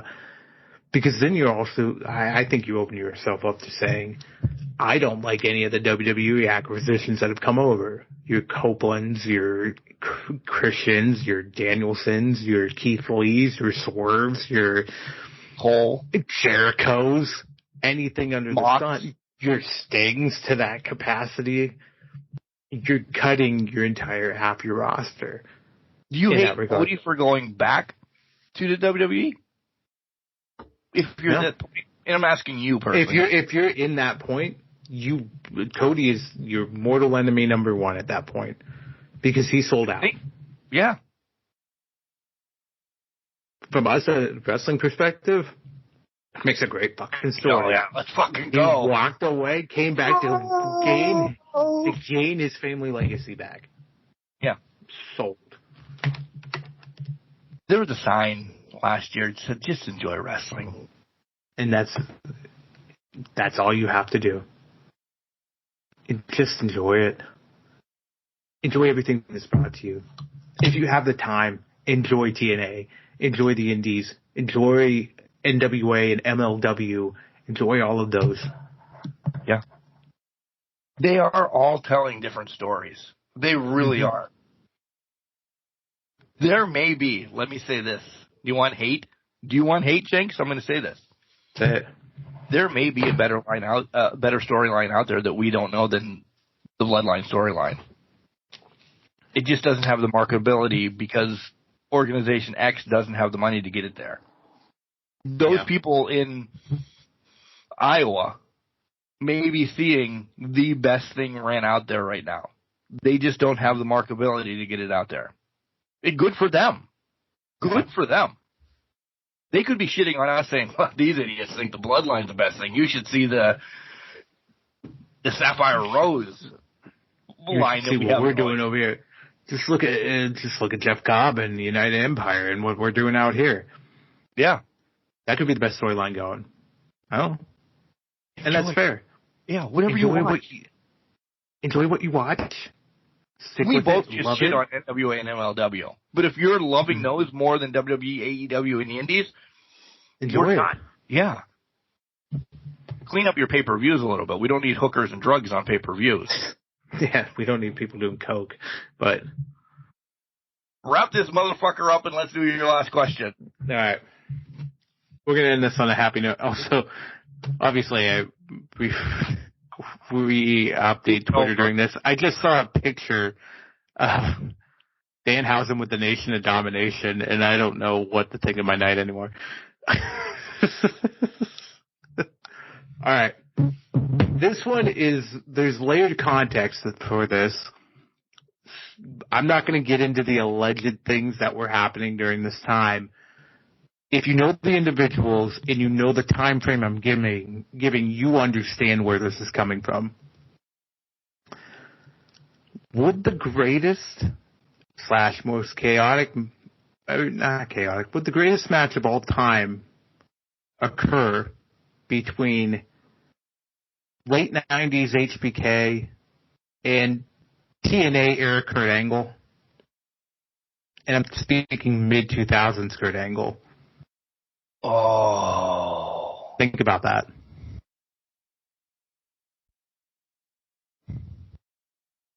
I think yes.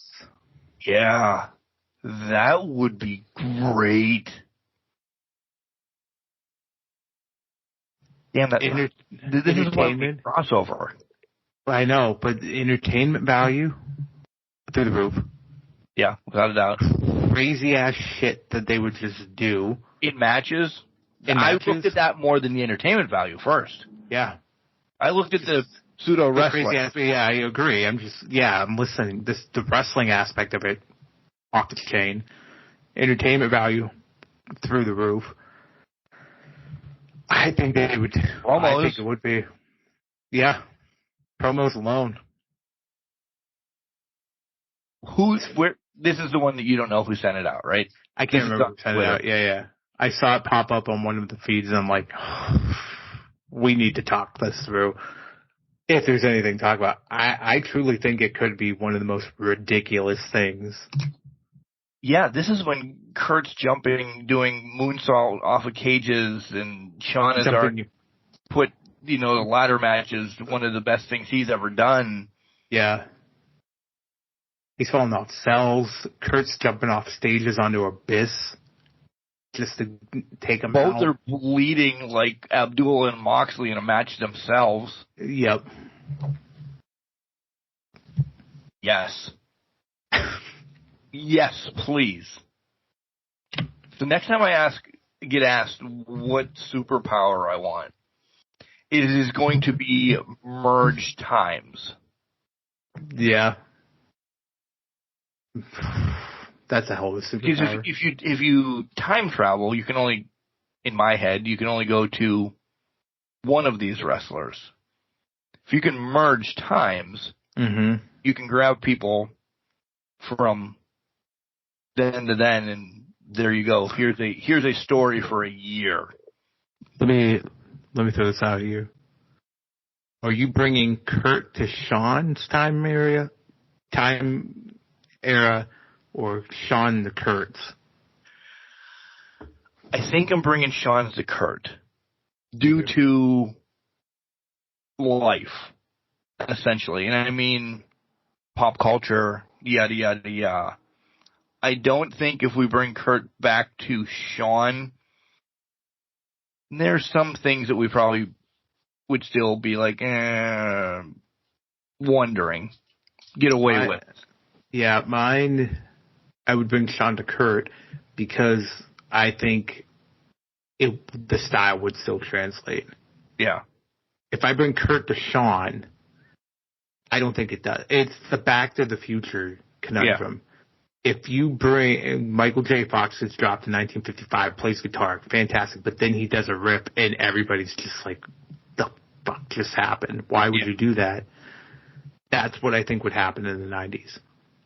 But if you're bringing Shawn Michaels to Kurt, it has been hinted at, almost seen, of some of the things they've seen, or we can put together in the match, compared to, the riff was perfect. Nobody's seen the riff in Back to the Future before. No. So when he did it, it blew up the world, and they didn't like it.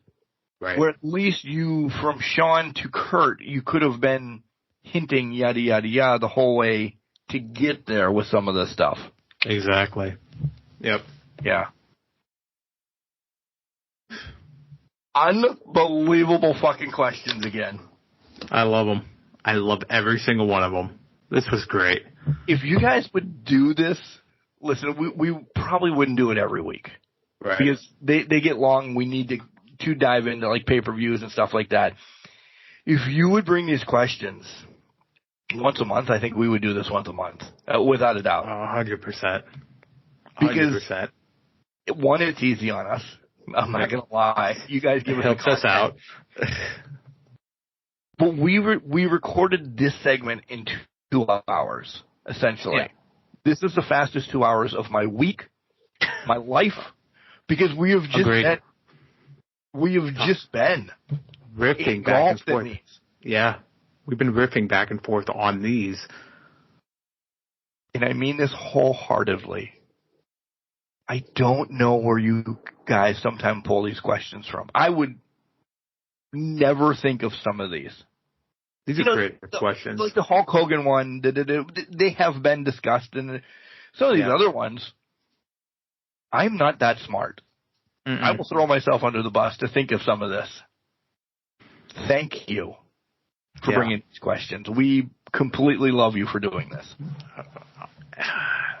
I echo Mark's sentiment because I'm not that creative. We're not that creative to come up with some of these questions. Hell, I took that HBK and Kurt Angle one off because I saw it. I'm like, that's a great fucking question. Why not? But again, we have not had a bad one, a badass Can Crushers ever. I think never.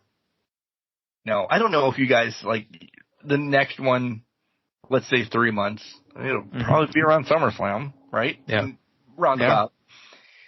Do you guys go in a rabbit hole now from now until after Can Crushers comes? Maybe some of you guys just don't want your voice on the show, and I respect that. That's fine. Right. Again, maybe you get stage fright of being recorded or anything. Like you're not like Moochie, so an email is the best way. Cool. Keep bringing them. Yeah. You guys are money. Thank you. Mm-hmm. Coming through, best fans in the podcast game. Without a fucking doubt. If I had $1 million to buy you guys all something, I would. I will throw that out there. I don't have $1 million, so go buy our merch. Yeah, remember, just because you're trash doesn't mean you can't do great things. You're a garbage can, not a garbage cannot. Make sure you tell your loved ones that you love them. Because you never know. Happy Easter.